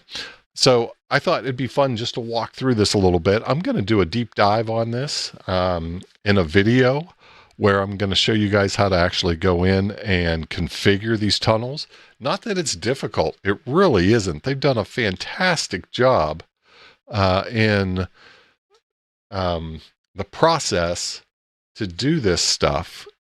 My hope here was just to kind of get you guys turned on to this and make sure that you guys were hitting, the URL that you want is this guy. Let me put this in the chat. This is where the magic happens right here. Right? That's the site that you want. Yeah, the tunnel process is slick. And, once you get your credentials and you're able to log into this thing, it's golden. You're all set. But let me just show you some of the cool stuff they've got out here. Now, this is really new, right? This just was launched, I think, December 2nd or December 4th, something like that.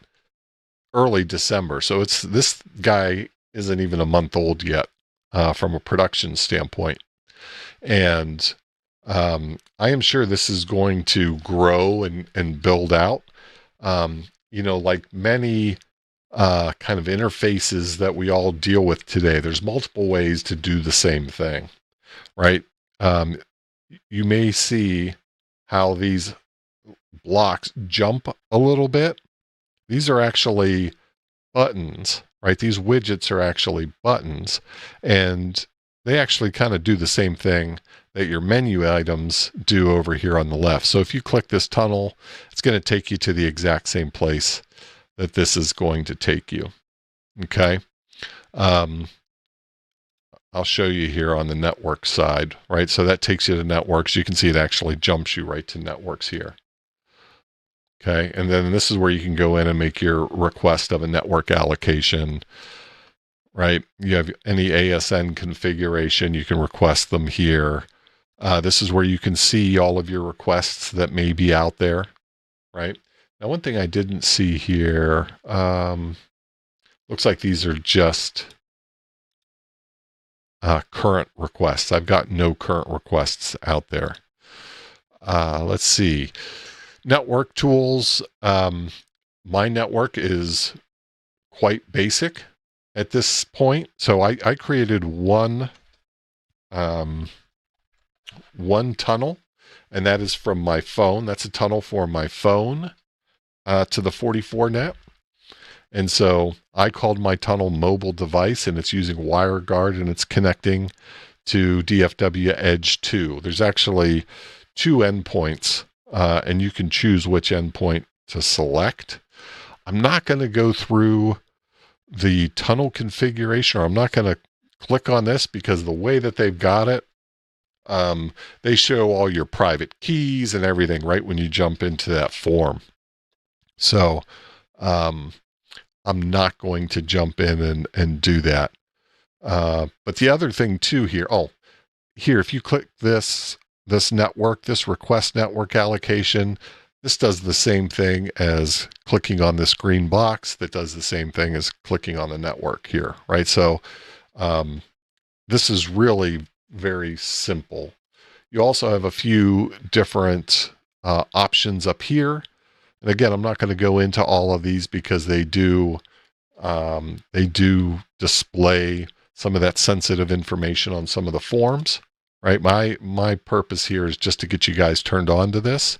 The other thing I want to show you is the subnet calculator. This is one of the better subnet calculators I have ever seen. This is really pretty sweet. Let's say they allocated to you a /28. Okay.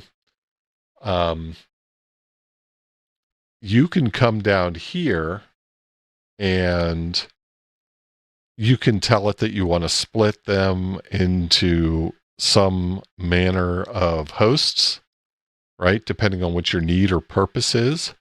Let's say you want to split it into 4, and then you end up with 4 subnets within your allocation that's got 2 hosts each, right? Pretty slick. So, the way you would use this is if you made a request for some IPs, they come back and they said, okay, we're going to give you a /28.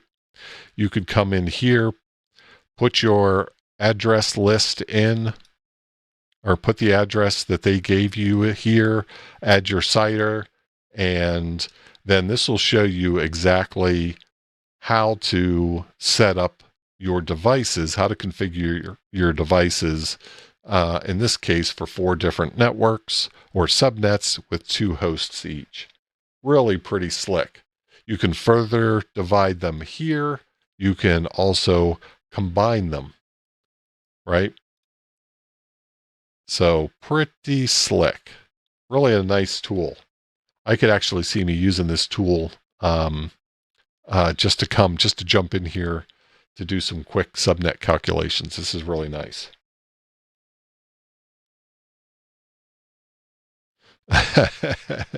Yeah, Wes, just think, man, if you have this tool, you'd still have hair. I'd probably still have hair too. All right, let's see. Oh, Bricker is still on the 137. Yeah, get after that, Chris. Let's find out what we need. Yeah, you can't do those in your head. Not these days. Yeah, where was that 25 years ago? Yeah, this is a great tool. Then you can reset, start all over. So a nice little tool. They also have a nice set of guides out here. And if you need WireGuard, you can actually click on this. It'll take you out to the GitHub. I think it takes you to GitHub. Oh no, it takes you to the WireGuard site, and you can download whatever flavor of WireGuard you need. Again, this super simple. User guides are great. They just did an outstanding job with this. So go check this out. If you guys started the process, don't let kind of that initial process get you down. There is light at the end of the tunnel. Yeah, Excel spreadsheet. Yeah, and then you hope all of those things were correct, right? And you hope you didn't find a bug in one of those.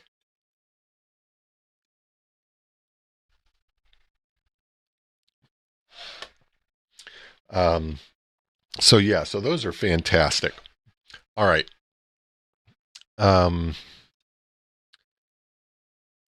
Let me also, let's see here. Let's see if I have a way to do this. So I've got my phone that I have set up. Holy smokes. Yeah, we had a bunch of people sign up for the community list. That was fantastic. Good to see. But I've got my phone set up with a WireGuard client, the WireGuard Android app, and here I'll show you. This is what. Okay, now this is updated. This says it's idle. And then, so this is actually coming through the Verizon network. And I'm going to have to do this a couple of different ways here. So the WireGuard, I'm going to show you kind of in a crude way, and then I'll pull up my phone and show you in a different way. But the WireGuard interface here is pretty basic, right? Once you have a tunnel defined, you can either turn that tunnel on or turn it off. And so I've got a tunnel that I use to connect, the bottom one there, that I use to connect to my network whenever I am remote. And then I built a new tunnel, and you guys may not be able to see that. Like I said, I'll switch over to the phone view here in a moment. That's ARDC, and that's the tunnel to connect my phone to 44net. So I'm going to go ahead and enable that. And just that quick, I don't know if you guys will be able to see it on this. Like I said, I'll switch this over. You see the little key up at the top of the screen, and we should see, let me refresh here. Now it shows I'm connected. And this endpoint is the Verizon endpoint, and this changes all the time. This is the Verizon endpoint that's currently connected to 44net. So my phone is now connected to 44net via WireGuard VPN over the Verizon wireless network. Okay. All right. So now that you guys have seen that and understand how that works, let me switch over so I can show you in a little more detail. Let me see here. I'm going to, let me see.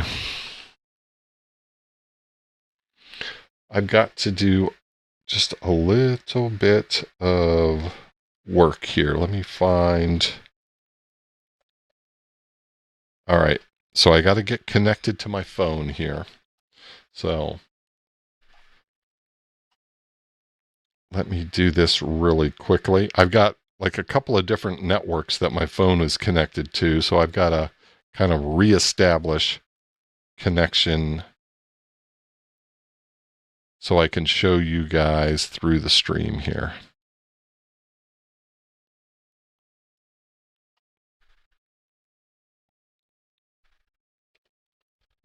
All right. And then let me try to get reconnected.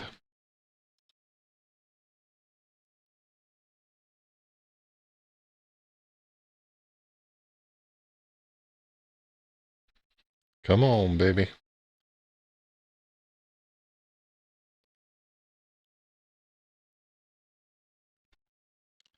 See if it can get connected.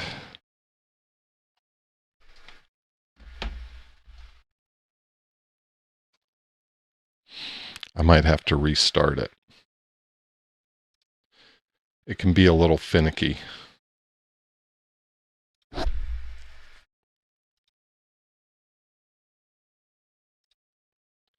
All right, let me restart that real quick.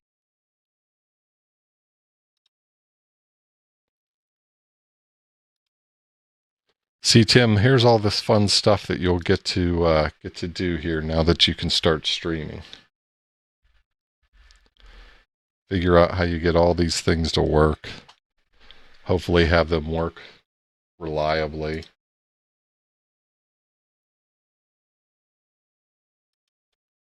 Let me try to reload the app.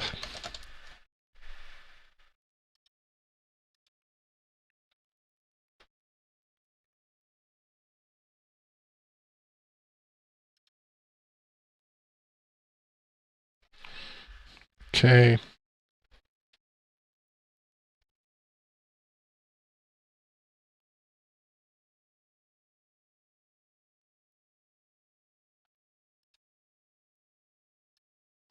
Drag this guy over here. I sure hope this loads. I've got one more trick up my sleeve if this one bombs out again.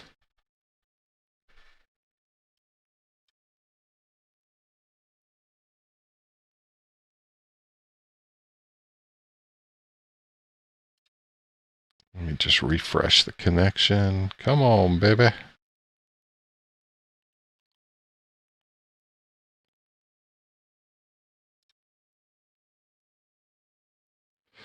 John, thanks for hanging out tonight.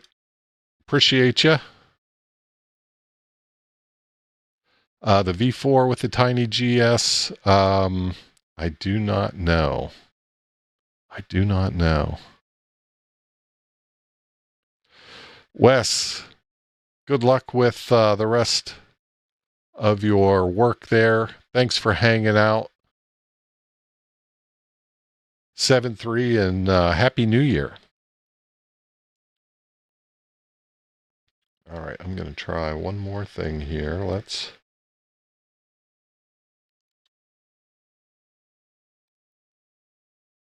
Oh, it says it connected. Okay. Okay. Let's open the screen then.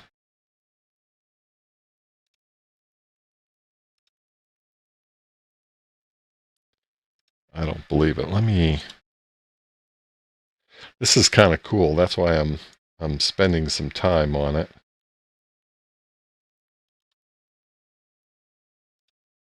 want you guys to see this. I think it's pretty cool anyhow.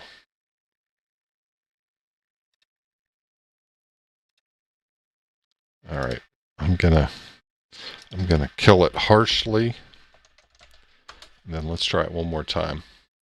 No, we'll have to show you next time. All right, James, thanks for hanging out, buddy. We'll see you tomorrow.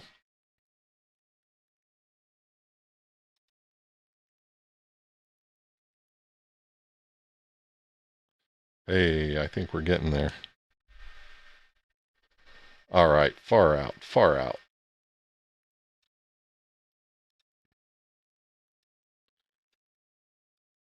All right, let me set this over here. Let me get you guys back here. Oh, I got one more thing I got to do there, don't I?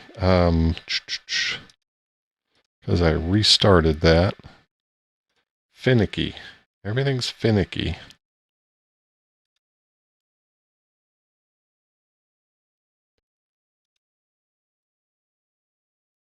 All right, where are you at? Here it is.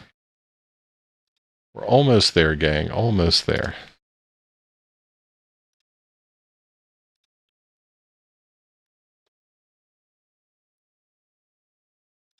All right, we're there. All right, so again, this is the WireGuard screen. This is after you have everything set up. Like I said, I'm going to do a video on how you set up the VPN. It's really quite simple. The best part about it is it will, once you define it, it will actually create a QR code for you that you can scan with the WireGuard app. You come down here and say, I want to add, and then I want to scan from QR code, and it configures the app for you, and you're ready to go. Okay, so I had disconnected. I'm going to reconnect. So all I did is just touch that. Oh, that's interesting. Maybe that's what was causing my problem. Well, that's a son of a gun. I'm going to have to figure, yeah, that's exactly, I think, what was causing my problem. So whenever and here, I'm going to turn off the VPN connection. Well, let me see here. I'm going to say, I'm going to give it another chance to see if it can find a way to connect. Okay, yeah, good. It did find a way to connect. Good. All right. Whenever I connected to the VPN, it added another network to the configuration, and it looks like the application didn't know how to handle that. So, interesting. Good to know. Let's see. Okay, now here's the other fun thing I wanted to show you guys. Let me see if I'm going to go to Termius. This is an SSH client. It can do several different things. It can also do Telnet. And so you can see the first host that I have configured here. Hey, someone just signed up for the community list. In this first host that I have configured, I have it configured for 44net. So let's see if I take a peek at this. You can see, oh, maybe you can't. That's interesting. Okay. I guess because that's a configuration, what I'm trying to do is I'm trying to show you the configuration, and it's blanking that out. That's really interesting. I guess because, you know, there are configuration details on the page. It blanks that out. That's pretty impressive. Anyhow, I'll tell you guys about it. The definition of this Telnet session, you can see it's a Telnet session, and it's using my call sign as the username. Let me go look in here. Also defined in here is a host name, which is 44.68.41.2. So that's a network on the 44 net, right? That's a network that I can only get to through the VPN. I couldn't get to this host without being connected to the VPN. And then it also defines the port. The port for this particular host is 3600. So I'm telnetting to that IP address using port 3600. So that's what's happening. Okay, so I'm going to go ahead and try to connect to that.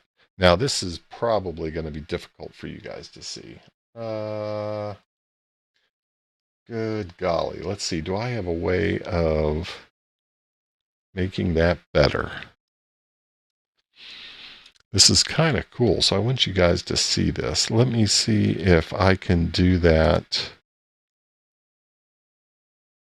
I'm trying to see if I can zoom this in for you guys. Give me just 1 second.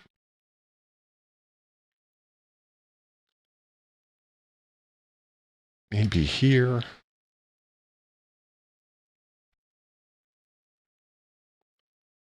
Maybe. Here, maybe here.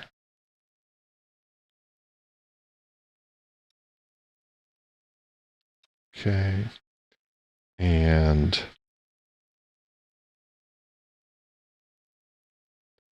let me go ahead and pull it down. Now, I don't know if you guys can see that. Let me even just make it bigger. I'll make it as big as I can make it. This is ugly as all get out. Let me try to pull it down. All right, so it's kind of ugly on the screen, but you guys, I think you'll get it. Now, what I haven't figured out yet is how this is expecting carriage returns, how it's dealing with line returns, carriage returns. So things are kind of goofy here, but I've connected to a host. I've connected to that host on the network. And it's telling me to log in using /name and call sign. So I'm going to go ahead and try to do that. So I'm going to put in the command and my call sign. Yeah, you guys should be able to see that. And hit return. Now, sometimes I have to do this twice, and I don't quite know why. But essentially, we've made a telnet connection to a server in 44net, and this is a chat server.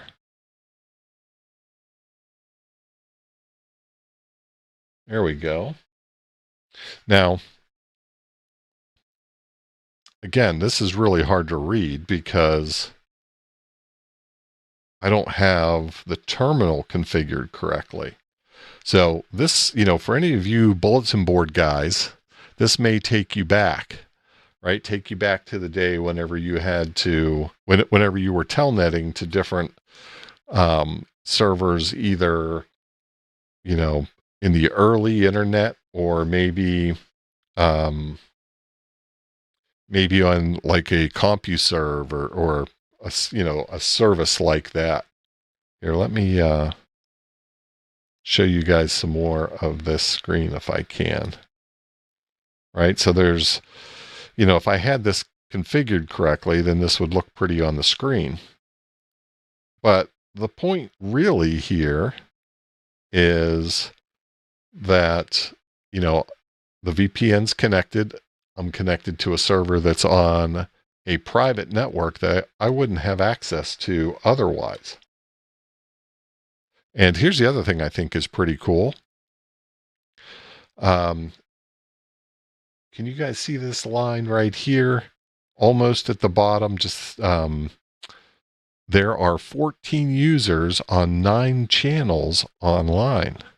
So there's 14 people that are connected to this chat server right now.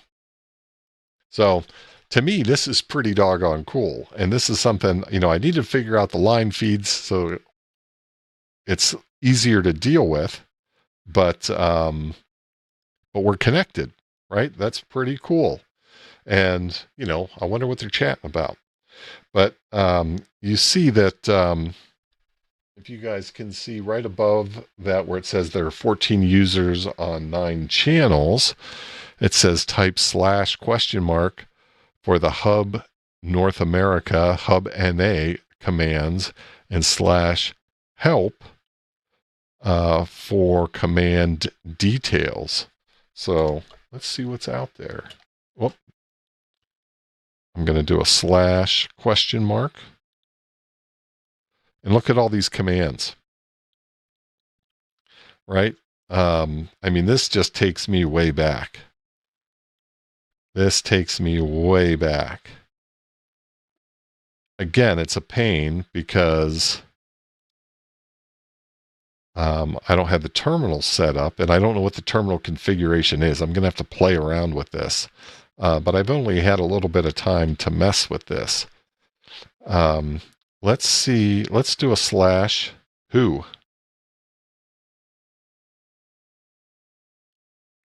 And here we'll get a list.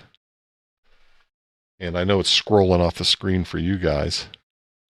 But we can get a list of who's connected. And, I'm seeing a Poland channel, a Czech Republic channel, Romanian channel, UK channel,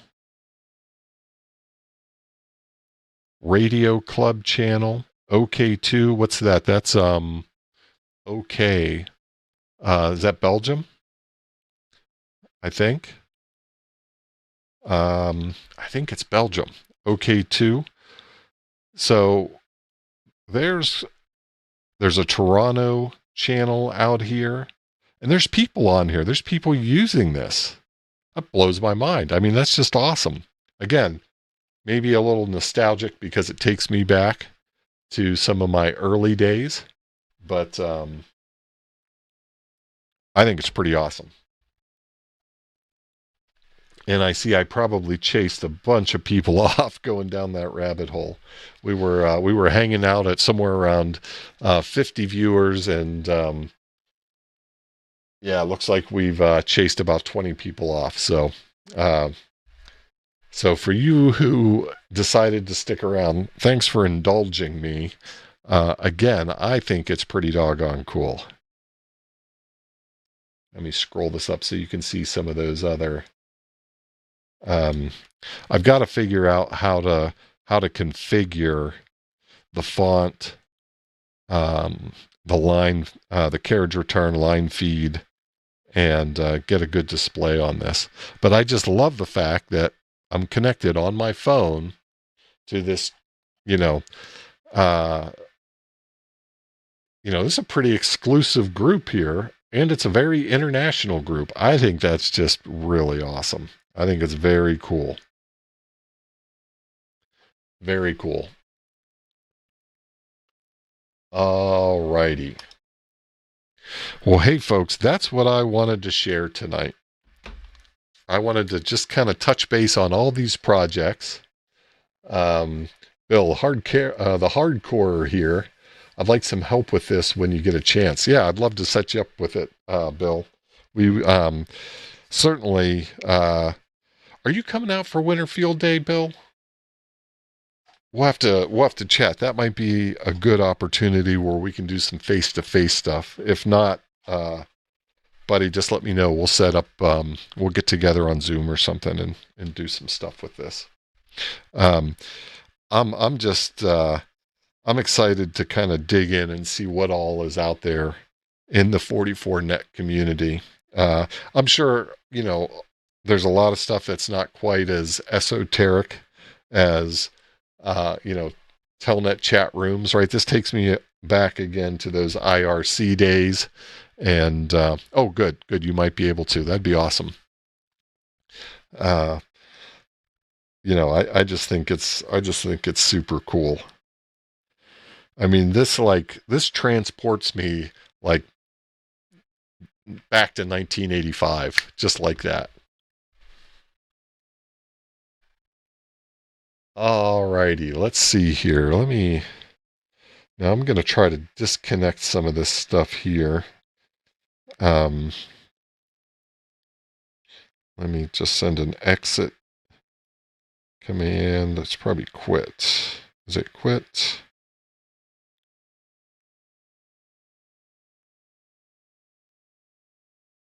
Yeah, it was quit. Okay. I'll have to come back and let's see, reset. Okay, that gets me back there. And let me turn off my ARDC net and hopefully I don't break anything. All right, I think we're good. Thanks for the show during my basement water remediation. Doc, you're gonna have to send some pics. Man, that sucks. I just hate that for you. And like I said, I know that feeling and I know how much work is involved, and it's going to be one of those things where you are, drying stuff out for days. Hopefully you get a little bit of a break over the holiday here. And not that you want to be doing that on your holiday break, but it's probably better than having to come back and deal with it after a long day of work. All right. Well, gang, let's see here. Again, I'm going to try to keep it brief tonight. Like I told you guys, I've got a POTA party tomorrow. But let me give you guys. Oh, good, you're off. Yep, good deal. Let me give you guys a chance to ask any questions or throw anything out there. If there's anything that the collective group or myself can help the chat with. Anybody have a topic out there or an issue? Happy to try to help.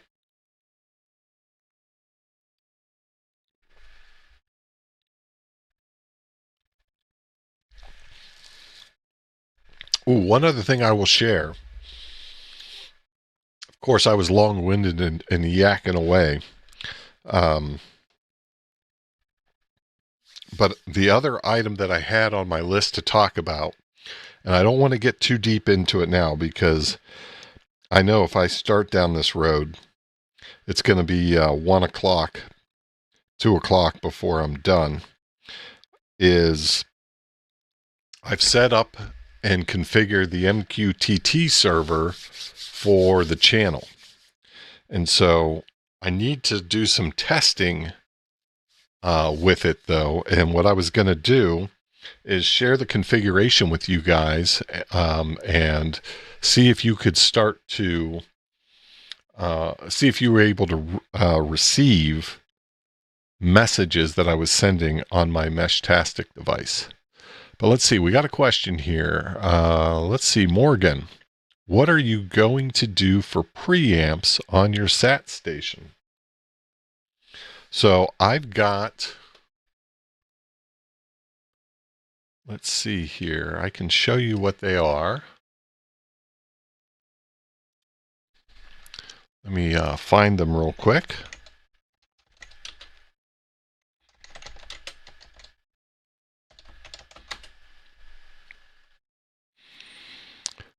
Oh, let me see. There's a number of good ones out there. There's a number of really cheap ones out there. I decided to go with something that's a little bit more expensive, but has a really good reputation. Oh, come on, where are you at here?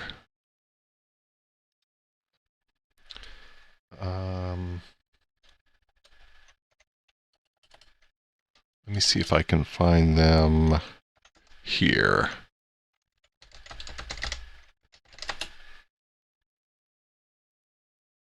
Just trying to find a good site to pull them up for you.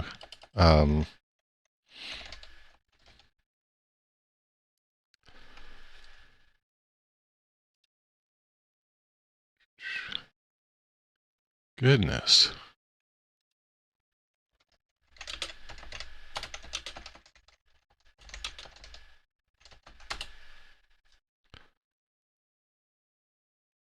Oh.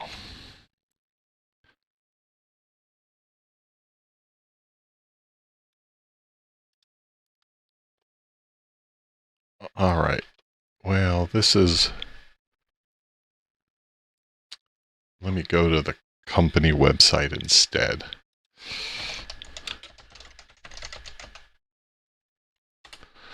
It's by a company called SSB Electronics. It's a German company. All right, let's see here.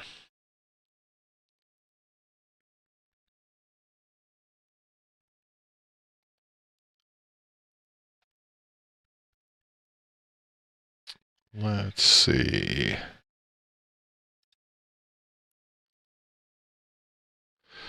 And you can get them with or without transmit switches, right? Which is a nice feature. Let's see here.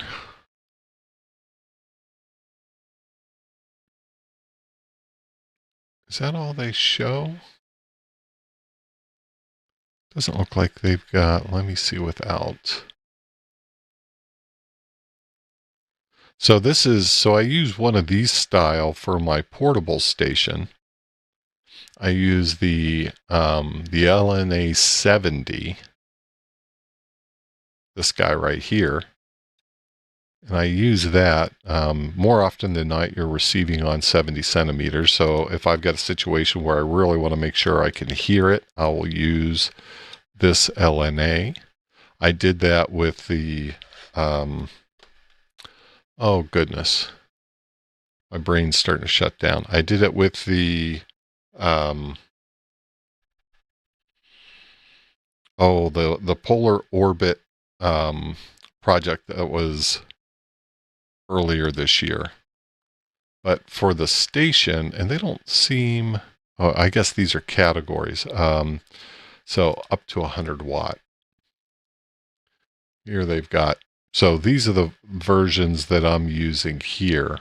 So I'm using this SP70 and this SP200 for the 2 meter preamp. So 70 centimeter preamp, 2 meter preamp. They can be tough to get a hold of. I bought mine from Ham Radio Outlet. I went there to try to find them though, but I didn't see them, right? I saw they had this dual bander, but I didn't see the others. Maybe I didn't look very good.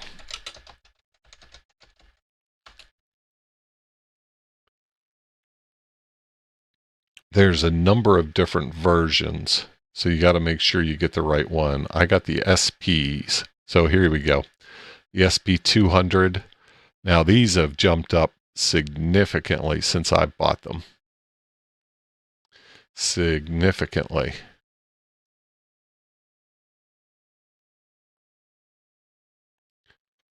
But these are the ones I'm using. These two right here. Arnie, aren't you impressed that I'm still watching? Arnie, I am surprised, man. You're hanging in there tonight. Did you find that 44 net stuff interesting? I thought I might have lost you out there on that. Well, I'm glad you're sticking around tonight. That's the one you're looking at as well. Yeah, these are, I mean, these are outstanding. They can take bias power. They've got multiple power options. I mean, these are really good stuff. These are, these guys make some fantastic stuff. RF sensing, really low noise figure. They can take 100 watts. if you're using the sequencer, right? I don't need the sequencer. The 9700 takes care of the sequencing for me. They've got built-in filtering. I mean, these are outstanding preamps. You can adjust the gain. I mean, you can't go wrong with these. I mean, I can't believe how much those have jumped up. I mean, they are not cheap, but these are some really good preamps, right? And I'm going to be running, 300 feet of cable, so good preamps are important for me. Yeah, that's nice job, Bill. Hopefully you save some money on it too. I can't. I remember them being expensive, but this seems like $170 more than I remember paying. Hillbilly Dave, thanks for hanging out, buddy. Happy New Year to you. Looking forward to seeing you in the new year.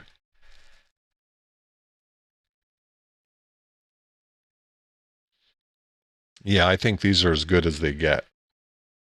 Can't go wrong with those. 44net always had me confused, but now I'm confused on a lower level. Well, we'll get there, Arnie. I mean, it's not, it's confusing, right? I think, I don't know that they've done the best job in making it user friendly. I mean, I'm really encouraged when I see the work that they did on that new portal. I can tell that that's something they're trying to do. It's obvious that that's important to them. And something tells me this is just the first step in that. I'm going to share my experience with the ARDC team and let them know where I thought it was difficult to even get onboarded, because I think that could be smoother. I think that could be a little easier. And the other thing that I think is, I mean, I had to dig, and dig. I had heard rumors that there were chat servers on that network. And to me, that was pretty cool. Oh, good. Okay. Got a direct quote from SSB. Yeah, 375. And then what are they hitting you for shipping? I mean, around 400 is what sticks in my mind. So I don't know if they're shipping them to you at those costs, or if that's plus, if that's going to get you around that $400 mark. But that's what's stuck in my mind. This 575 is nuts. But back to the 44net and that WW Converse server, I had to do a bunch of digging, and it's only because I knew, or I thought that I knew, that I had heard about it, that I even knew to dig for it.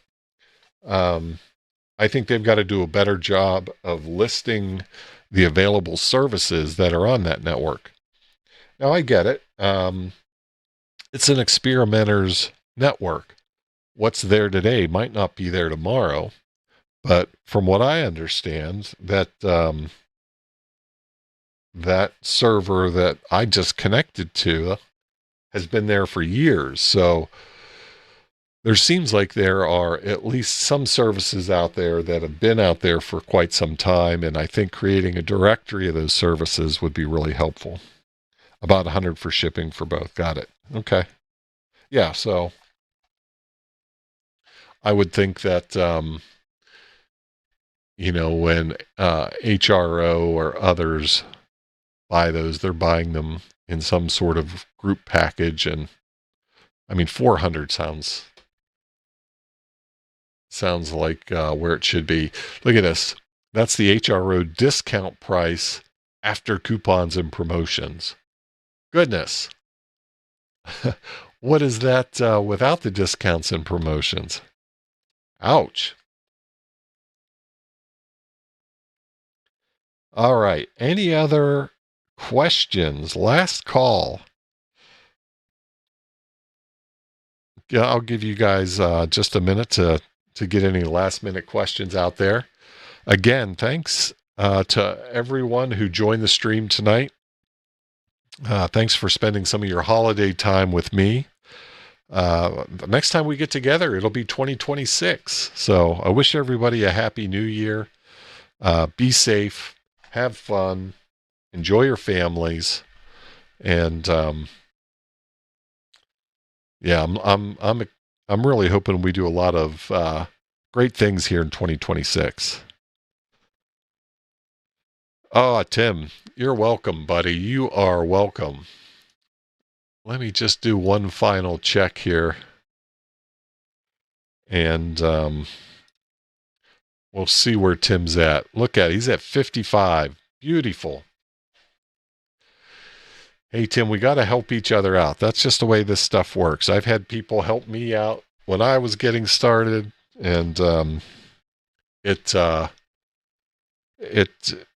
honor to be able to do the same for someone else. So happy to be able to do it. All right, gang. Well, have a good night. Happy New Year. 7-3 again. Be safe, have fun, and we'll see you in 2026. Good night, all.